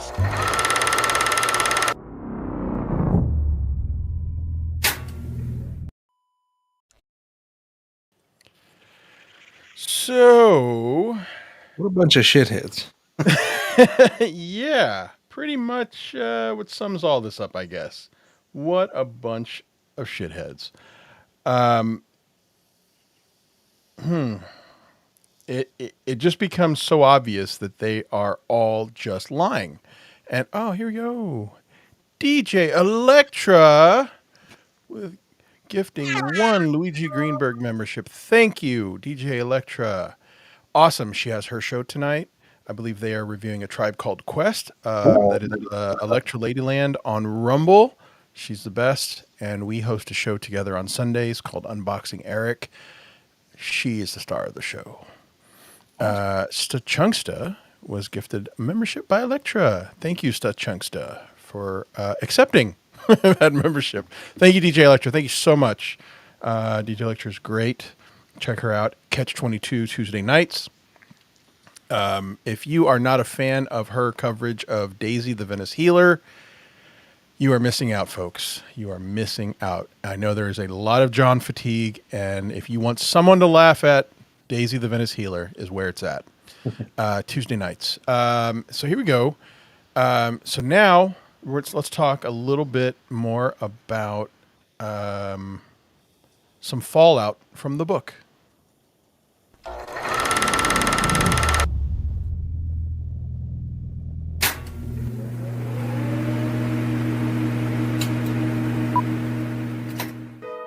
As interest in the Lutz's haunted house story grows, debunker Stephen Kaplan goes head-to-head against religious demonologists Ed and Lorraine Warren on a series of radio and television programs. I said to him one time on a program, "You're a parapsychologist. You are Dr. Stephen Kaplan." "Yes." "What kind of instrumentation did you use?" All right, one of the scientific things we used is people to research the history of the house, to try to get an idea of the construction. Yes, but what about in the house? Yeah, you're not answering the question, Steve. Right. We had people with electric equipment inside the house. What would you call that equipment? I wouldn't have the terminology for that. But you're a parapsychologist. Yes, I am, but I'm not an electronics expert. So let's talk about that just a second. We admire Stephen Kaplan for all of the work he does in catching vampires and creating a world safe from vampires. But does he sound completely coherent about his job as a paranormal investigator in that clip? Not particularly, no. No. But at the same time, Ed and Lorraine Warren are frauds. They're pieces of shit asking another piece of shit to justify his place in their world of shit. That's how I see it. Changed my mind. They're both making shit up, and so I really don't have any respect for either of them, but I will just admit that Stephen Kaplan does seem to be more of a voice of reason. Here we go. Soon their public debate sparks a bitter personal conflict that rages on to this day. This is when the battle royale between Stephen Kaplan and George and Kathleen Lutz really began. And that was when the series of shows on WBAB commenced. Apparently, George Lutz was either afraid or was told by his publicity people not to show up on a show in person if Stephen was going to be there. So he would be on the phone, and this one time, and rarely on the phone as well. He didn't really want to debate with Stephen at all. In both the Amityville Horror book and movie, there's a scene wherein a window comes crashing down on one of the Lutz kids' hands.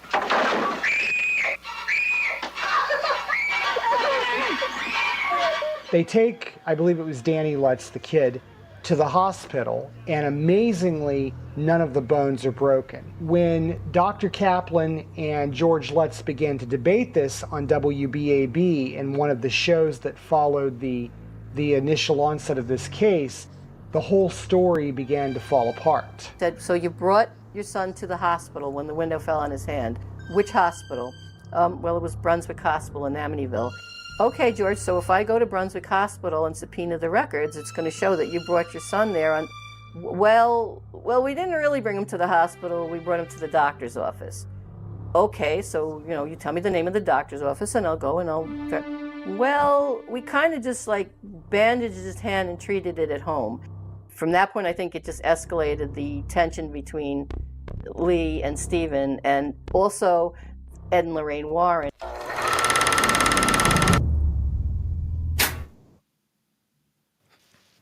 So here's how I like to think of it. To my Dabbleverse community, Ed and Lorraine Warren are the John.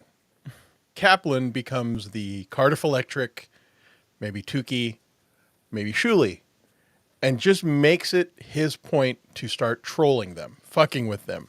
When they are on shows where there's a call-in element, he starts calling them. He starts peppering them with questions. But what's interesting, though, is for all of his efforts as a ridiculous vampire hunter, he's asking logical questions, again being the voice of reason and saying, hey, I noticed you said this, and I'd like to verify it. Can you please give me the facts of this for which I can go and confirm that this actually happened? And they can't answer them. And they are now completely tearing their own story apart. It's brilliant. It's great. That he was able to do it with such little effort. Exactly. And he, again, we have to keep pointing out that this guy does not have a lot of credibility, but suddenly seems to be the voice of reason. And the way I described it in the first episode was that I thought, and I guess, I still continue to think, that everyone in this story is a con man. Excuse me, I'm burping. Everyone is a con man. Everyone has their own con. Ed and Lorraine Warren, con men.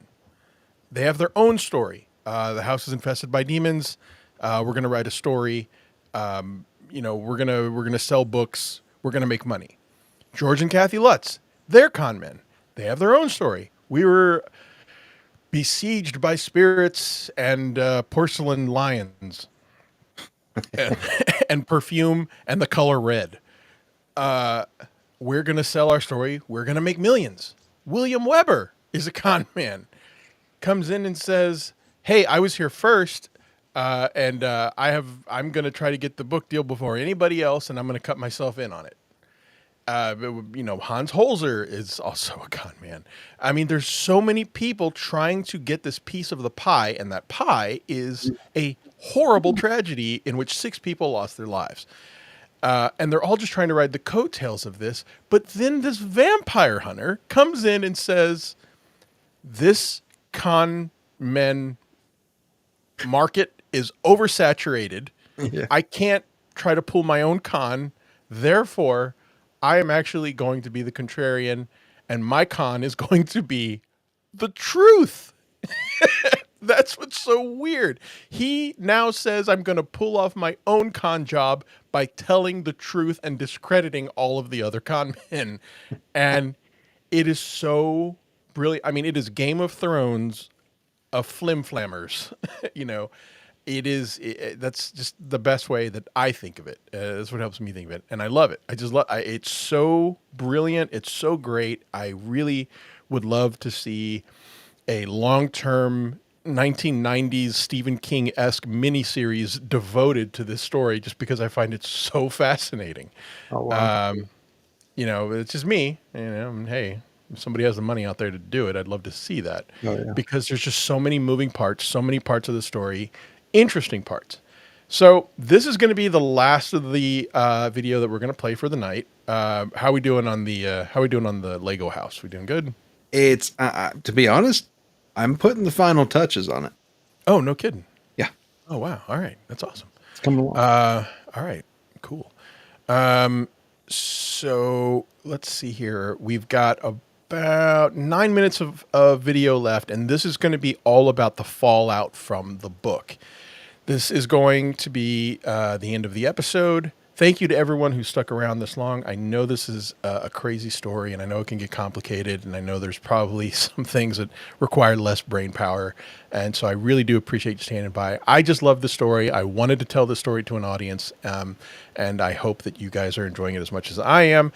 The 4th episode is going to cover the movie and the fallout from the movie, and that is going to be the last we will ever speak of it. After that, we are going to have a members-only show in which we will take, or I will take some conversation. Would love to just have an open live chat for members to discuss thoughts on the show. That's it. Questions, ideas, comments, concerns, anything that we want to talk about, and then talk a little bit about our next topic of conversation that's going to be following the Warrens.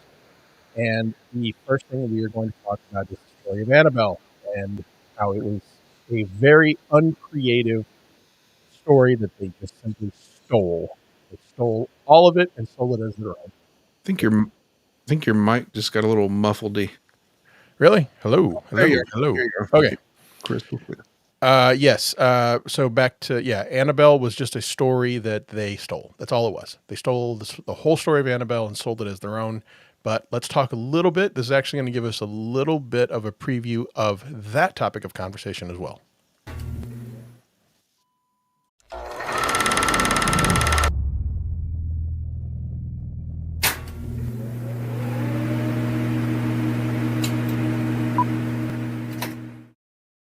The Lutz's stardom invites criticism. An army of skeptics hound George and Kathy, and not without reason. George and Kathy, and even some of the children talked about how the book was embellished and how things were added that really didn't happen, especially when the movie came out. And it's notorious to see something that's a book go to a movie and a lot of things change and a lot of things become more frightening. George and Kathy Lutz purchased the home fully furnished. The furniture that was there during the DeFeo murders was still in the house. They even keep the DeFeo children's bed frames, the same beds in which the children were shot to death in their sleep. But according to paranormal experts, there are risks to keeping a murdered family's furniture. The Amityville Horror and subsequent interviews given through the years by George Lutz. I want everybody to pay attention to this because, like we were saying, that now that they have made this book, the article and the book have come out, they have put themselves on a stage for all of their actions to be analyzed. And listen to what this guy has to say about the furniture. He had explained that they had not seen the DeFeo house until the fall of 1975. However, before this, they had no knowledge of the house, of its history, or anything of the like. Now, at the close of escrow, George talks about how for $400, they purchased some of the DeFeo's furniture, including the kids' beds and dining room furniture. However, when you look at the DeFeo probate records, there is no transaction for $400 of any furniture.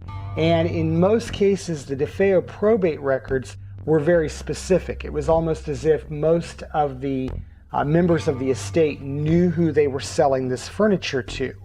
The only $400 transaction that shows up was in the summer of 1975, well before the Lutzes claimed they first saw the DeFeo house. If the $424 purchase of miscellaneous furniture from the estate on July 16, 1975, was to George and Kathleen Lutz, then this transaction alone strongly suggests premeditation on the part of George Lutz. George and Kathy Lutz knew about the DeFeo house and knew about its history months and months ahead of when they claimed that they first saw this house for the very first time. And to me, that equates to an organized, orchestrated commercial plan. Are you following that? I mean, it's possible the words matter. So he said they knew about it before they saw it, like just a few months earlier. That's possible. They could have heard about that story. I mean, it was popular at that time, right? Sure. But I think his words meant more than that, because the point he's trying to make, and I guess you're right, he doesn't do a very good job of it until we see what he's referring to, is that, and it's the reason I played the clip before it, is because the story that the paranormal investigators are telling, and that the clip that I played before it was from a documentary made in 2021, released in 2021. And this paranormal investigator is specifically saying that the story he knows of the Lutzes moving into the house was that part of the story was that they bought and kept the furniture from the DeFeos in the house. They left the house fully furnished. I wanted to keep that in there for that purpose. This is a story that is being told and perpetuated as of 2021 that they did this. Now, this guy, a few years before, now says that part of that story comes from George Lutz saying, I paid $400 for furniture at probate before we moved into the house. Now, and he's saying that the only $400 charge that is showing up. Hey, I'm going to mute you real quick. I'm realizing that when I mute you is when the echo goes away. So sorry about that. He's saying that the only $400 charge that he sees on all of the probate records was for furniture, according to what the Lutz says. So that part matches up. But what doesn't match up is the date. And the date was 4 or 5 months before they moved in. So it just simply goes to say that, yeah, maybe they knew about it. Maybe they did this, but they bought the furniture.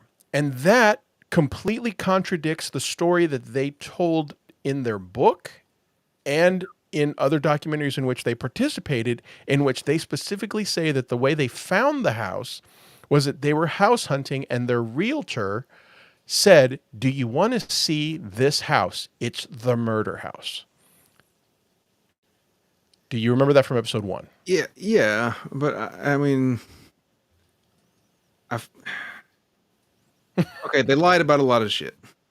They lied about everything. It seems that way. It seems like they lie about everything. Yeah, I mean, there's really no redeeming qualities about any of these people except that intern. Yeah, the intern and the vampire hunter almost. Well, the vampire hunter has his own qualities, yes, but the head of the news organization. If you remember, I played some video of him last time in which he just refused to go along with it and was like, "I was there. I was in the same room as all these people who said they saw shit, they experienced shit. I ain't see shit." He refuses to go along. That guy seems to be pretty honest. And let's see if maybe he pops up again in this story. Oh wait, I think I played it earlier. Did I play it already?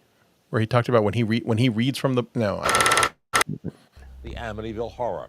Oh, it's right here. This really is it. A horror?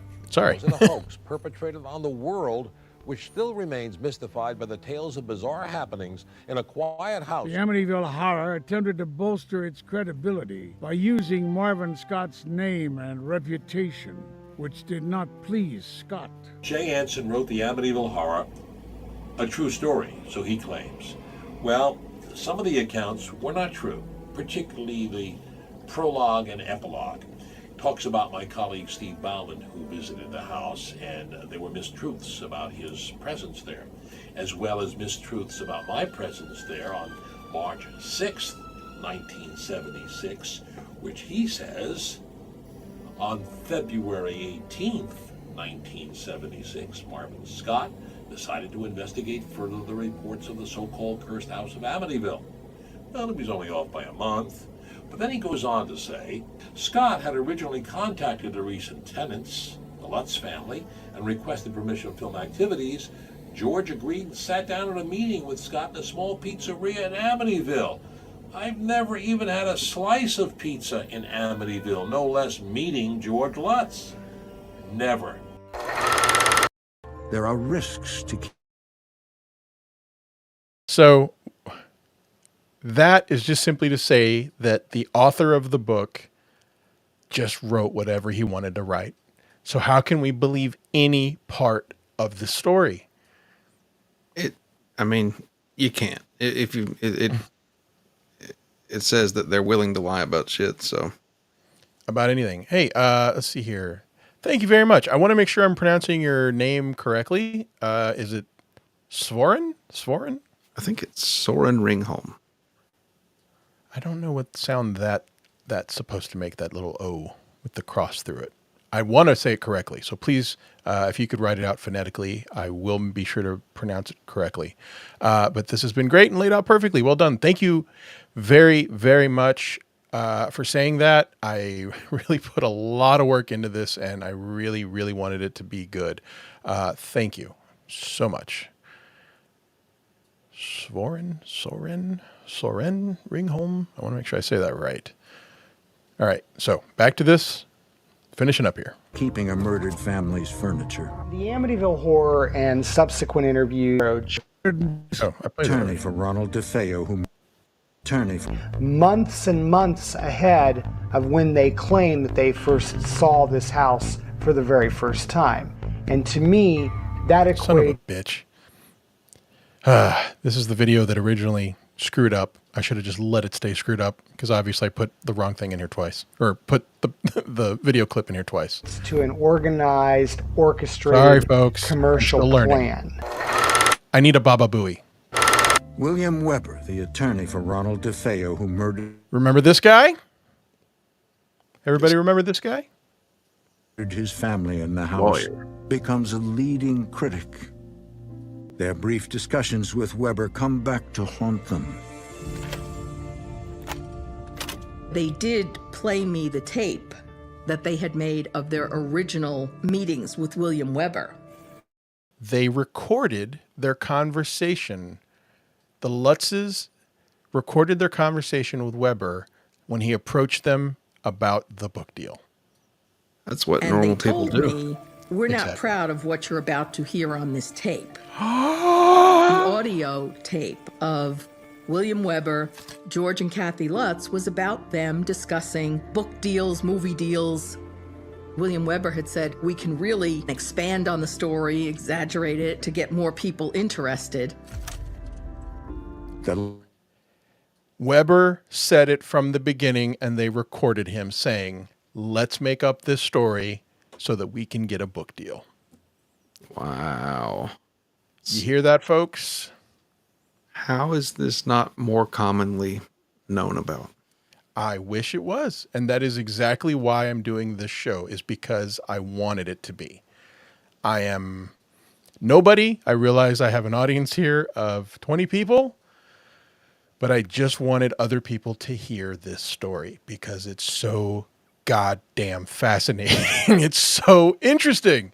Hey, Space Chief, thank you so much. All in on this kind of stuff. Great show. Thank you so much, Space Chief. I absolutely appreciate it. And I just saw your message. Thank you very much. I will keep you updated on that. Space Chief did Luigi a favor. And let's see. It's a fantastic favor. Let's see here. Hamhead. You've managed to keep my attention, Luigi, and I am a scatterbrained dum-dum loving the skeptical robot. Thank you. Hey, man, all of these compliments are getting better and better. That I really couldn't think of anything better than someone telling me you've kept my attention. Thank you. Let's see here. All right. We're down to the last 3 minutes of audio, and hopefully this is going to set up the last episode, the ultimate episode of the Amityville Horror, Episode 4. Here we go. Now, what we just learned is that they recorded their conversations with William Weber. Lutzes admit to some exaggeration, but insist the fundamental story of their haunting is true. The Amityville story is already dividing people into basically two groups. The people who believe that the whole haunting and demonic possession happened, and obviously the group that say it never happened. In 1979, again, Steve Kaplan comes to me and he says, got your story, Martin. I said, oh God, what now, Steve? He said, Amityville. I said, no, please. It's in my dreams, actually more like nightmares. What is it now? He said, the attorney for Ronald DeFeo Jr. wants to go on the air explaining how the hoax was created. They got together with... Dun, dun, dun. William Weber turns. He turns on the Lutzes. He turns on the book deals. He turns on everyone. And he... Man, how is this not more commonly known? Like, they're all betraying each other. I mean... This is part of why I love this story. I have known about this story for about 15 years, and I have And just all that time, I always thought to myself, I wish more people knew about this. But, you know, you bring this up at parties and people think you're a fucking weirdo. You know, it's just, I love this story. And it is Game of Thrones for con men. It's the best way I could think about it. It is a bunch of crabs in a bucket, not letting any of the other crabs out. You know, Weber turns on everyone and says, I want a national stage, I want a forum, and I'm going to tell everyone that I actually was one of the creators, perpetuators, and main parts of it all being a hoax. Wow. The lawyer, William Weber, who said he wanted to get his client off on the devil made me do it defense. Because Ronnie DeFeo was already in prison serving, you know, I don't know how many 6 life sentences apparently for the murders. And they would try anything to try to get him out. And I sat up and I said, what? Now, anybody who's a talk show host or a reporter knows that's a story. Weber showed them crime scene photographs, which he had access to as the defense attorney. And in the photographs, there would be fingerprint dust on everything. And they used some black fingerprint dust and some of it was green. So they came up with green and black slime. William Weber, through Stephen Kaplan, the psychic researcher, makes a time to come on my show. We do the show during the summer of 1979. But we sat there for nearly 2 hours and we talked, and he revealed step by step, item by item, incident by incident, just how the hoax was created. Told them a story about the next door neighbor's cat, which was a big fat Siamese cat, which would climb up on the roof of the porch in front of the house and peer in the windows. There was pig's eyes in a window or something. And that pig's eyes was Rufus's cat. I mentioned Rufus Isle next door. Butch DeFeo hated that cat, and he would say, that cat is a fat pig. Get that cat off of my house. That fat pig is looking in my window again. And that was told from Weber to the Lutzes, and they conspired together to decide that this was going to be Jody the Demon Pig. They had a cat that used to sit in the window, and that's what the pig's eyes was Rufus's cat. It was just a bunch of bull. And so now the cat, whose real name was Evinrude, which we had the pleasure of meeting Evinrude one night when Frank Birch was at the house. And Evinrude became Jody the Demon Pig with the red eyes shining through the windows. It was a cat. And there you have it. There you have it, folks. There you have it. That is the origin story of all of the alleged spiritual experiences that the Lutzes had. Came from a night of getting drunk, looking at photographs, and deciding how to twist a little bit of each realistic fact and turn it into something exaggerated, and then to sell the story. I'm baffled. The pig originated from a cat? So you have to believe, you know, all these people who came together and apparently all seem to tell this story, that when Ronald DeFeo lived in the house, they had a neighbor who had a cat that was fat and would jump around, and that Ronald DeFeo would say, that cat's a pig, that cat's a fat pig. And that while reading this, they said, let's go with fat pig with glowing red eyes, because apparently its eyes glowed at night like a cat's do. Let's call him.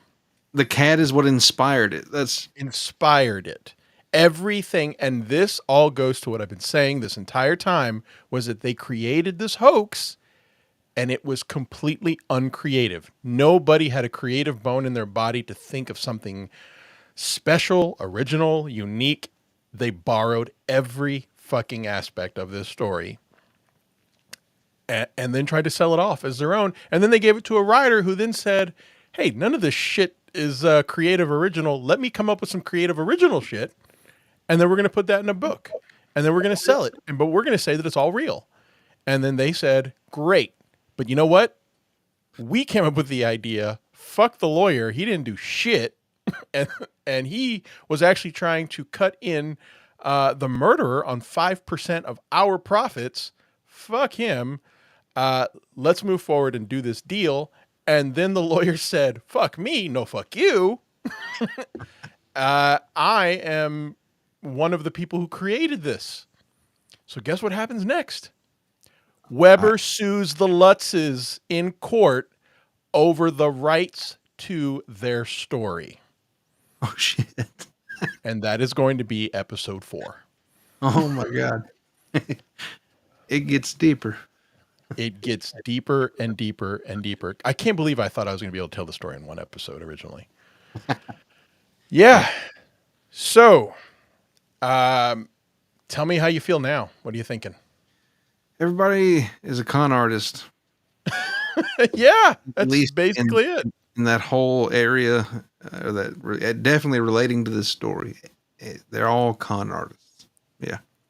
Everyone, every single person. The only people with any redeeming values are Laura DiDio, who, I mean, for all that we can tell, has maintained some objective, perspective on this, in which she says, hey, look, everybody says they saw something. I really want to believe, but I didn't experience anything. She does say the thing about the trance medium, which I don't really have an explanation for, other than it was probably some sort of magic trick where she says that the medium developed an Adam's apple. That's a weird one. I don't even know where to start with that. Like, do you need an Adam's apple? Like, I mean, I guess every man has an Adam's apple, but not every man has an identifiable Adam's apple, you know? Like, it seems like overcompensating. That seems like a weird thing to say. I'm a man now. Look at my giant Adam's apple. It sounds very much like one of those extra details that the Lutzes would come up with that made shit sound unreal. Yeah, exactly. That's exactly it. Uncreative. You know, it's, I don't know. Like, if I were to say like think about the opposite for just a second. I'm not trying to be crass here, but like, just think about it. If I was a medium and I said, oh, wait, the spirit of a woman's coming and this woman has big, giant tits, and look at me, look at my big, giant tits, that would just come off weird, you know? And I'm not trying to be crass or even funny. I'm just simply saying it seems like a detail that's odd to throw into a story just because, you know, like, she saw what she saw. I get it. She believes that she saw that. But I don't know, man. I guess when you try to attach like some logic to what a ghost does, you really don't know. I don't know what a ghost's job is. I don't know what a ghost's purpose is. And maybe ghosts have giant Adam's apples. But, you know, whatever. It's possible. Maybe I'll become a medium. I'll grow some big fucking tits. Oh, sweet. I would do it at parties. Hey, hold on, everybody. Hold on. I got to talk about the Lutzes and the case and all that, and everybody would pay attention.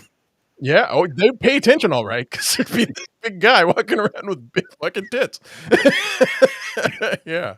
Yeah. So wait, so now I'm curious, but we heard her voice. If she had this big Adam's apple, her voice didn't change. She still talked like a woman. Yeah, and I mean, you would think that would have been the next thing they would say is that her voice was the same, was different also, but no, it wasn't. But Laura DiDio did say that, remember? She said her voice. His voice was different? Yeah, she said her voice dropped several octaves. Okay. But it's funny. I just didn't think about that till right now. We heard her voice. Her voice sounded like an old woman. Yeah. Was that maybe that was a reenactment? maybe she had like a Munchkinland voice. That was getting deeper. Several octaves deeper. But hey, folks, if you need a medium to be your spirit guide for the other side for big-breasted women, I'm your man. Would love to see if I could pull that off as a magic trick in front of an audience. You should try to channel Anna Nicole Smith tonight. Oh, that's a good one. Yeah, there you go. Yes. Anna Nicole. You know what's another funny thing about seances, and I noticed this in the last episode, is that they talk about candles, how important candles were. And they're like, we had all these candles. And like, just the logic and reason of me just says, what importance does a candle have to a ghost that they need that in order to appear or show up? And I know that there is a reason for it. The spiritualists always needed a dark room because they were actually like operating contraptions that they didn't want other people to see. But it's like, no one ever just thinks of logic and just says, why do we need the candle? Why can't we just use the electric lights or turn a light switch on? About the candle. Yeah. Well, why does it give a fuck about about the source of light that we use for this to contact them? In fact, maybe the ghost wants more light to be seen by other people. You never know. Anyway, so Corndiff, tell me please that you're still interested in this story. Yes. I don't know how much more there could be. It feels like there's already been like 80% of this is stuff I didn't know. So it's like, holy shit, it just keeps coming. Yeah, it gets weird. And we're gonna conclude it, follow it all up. Oh, wait, are we done with how are you doing on the Amityville house? I think it's ready to show off if you're ready. Yeah, all right. Can you pull it up? Yeah, put your camera there. Oh, okay. Yeah. Hold on. Let me pull this out.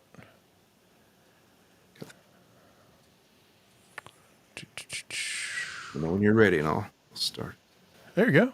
Right, here it is. Hey, look at that. The Amityville house. Yeah, that's pretty cool, man. With the second story picket fence. Classic. Wow. Bird bath. Spooky cat pig in the window. So you didn't. Oh, hey, you got the windows, the eye windows on there. Yeah, that was a rare piece. I had to source that one from somewhere. But man, yeah. That's really cool. So, flowers and shit. Door moves. Oh, yeah, door moves. Pretty cool, dude. Lots of flies in that one room. What are you gonna do with this now that it's all done? I'm gonna get it blessed. I think that's a good idea.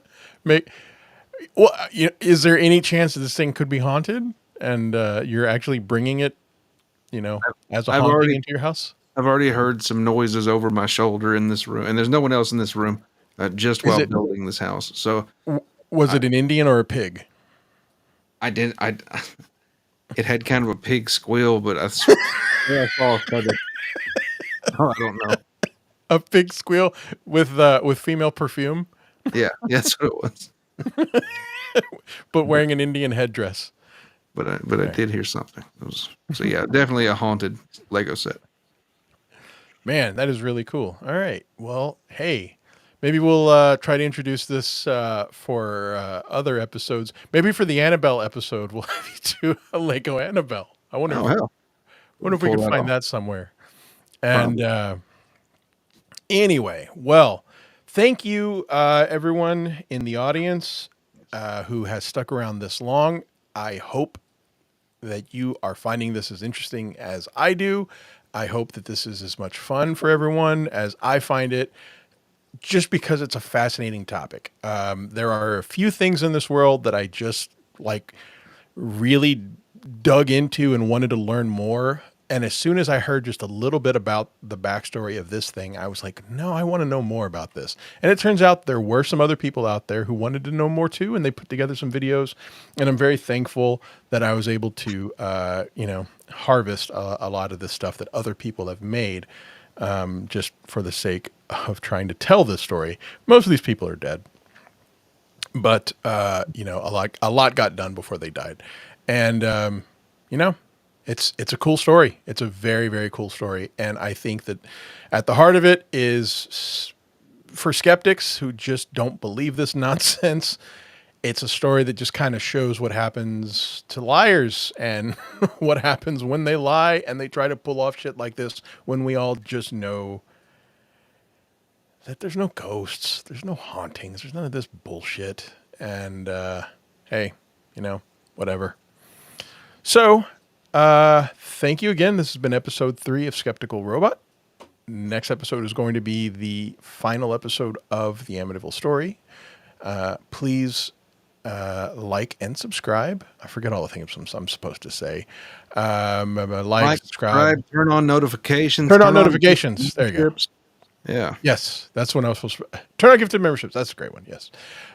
Thank you to everyone who contributed. I appreciate every single one of you in whatever you did, even if it's just chatting. I love it and appreciate it. Thank you very much. Corn, please plug everything you want to plug. Sunday, Tuesday, and Thursday we do a show on my channel. It's I'm at Corndiff on YouTube. It's just me, Chops, and Granny, and X Corp. Man, we bullshit for about 2 hours, so don't expect much, but stop by. It's some funny shit. Yeah, definitely. Please go check out Corndiff. Also, check out Hackeride's channel. On Sundays, I do a show called Unboxing Eric, which is a chronological discussion of Eric the Midget from the Howard Stern Show. So I was kind of, I was a little disappointed, or not disappointed, I guess, just sad to hear, Corndiff, that you were not a Howard Stern fan. But did you know that I have a show dedicated to one of Howard Stern's whackpackers, Eric the Midget? I did not. I've heard of that show. No, I did not know that was you though. Yeah. Eric was a special little guy. He was a midget, and he started off on the show as a very timid, shy, yet delusional little guy. Yeah. But his personality grew over the course of several years in which he was on the show, in which by the end he was a full-on gangster who loved big tits. And we have made a show just trying to love him and show him some appreciation. He's not with us anymore, but he was just so special. We really want to highlight how special he was and how much we loved him. It's ridiculous. We get it, but we love doing it. It's a lot of fun. So thank you to everyone. Again, please check out Corndiff's channel. Please check out Unboxing Eric, Hackride's channel as well. Hey, Hackride is in the chat. Thank you again to everyone. I hope you all have a great weekend. And I guess, I guess we're going to pass Halloween by the time we do our next episode. So happy Halloween, everybody. Yeah, Halloween. Man, I always think I'm forgetting something. It's always like packing. As soon as you walk out the door, you forget something. I always feel like I'm forgetting something at the end. But, oh well, whatever. Just go live again if you forget something. Yeah, that's all I can do. All right, everybody. Thanks so much. Y'all have a great week.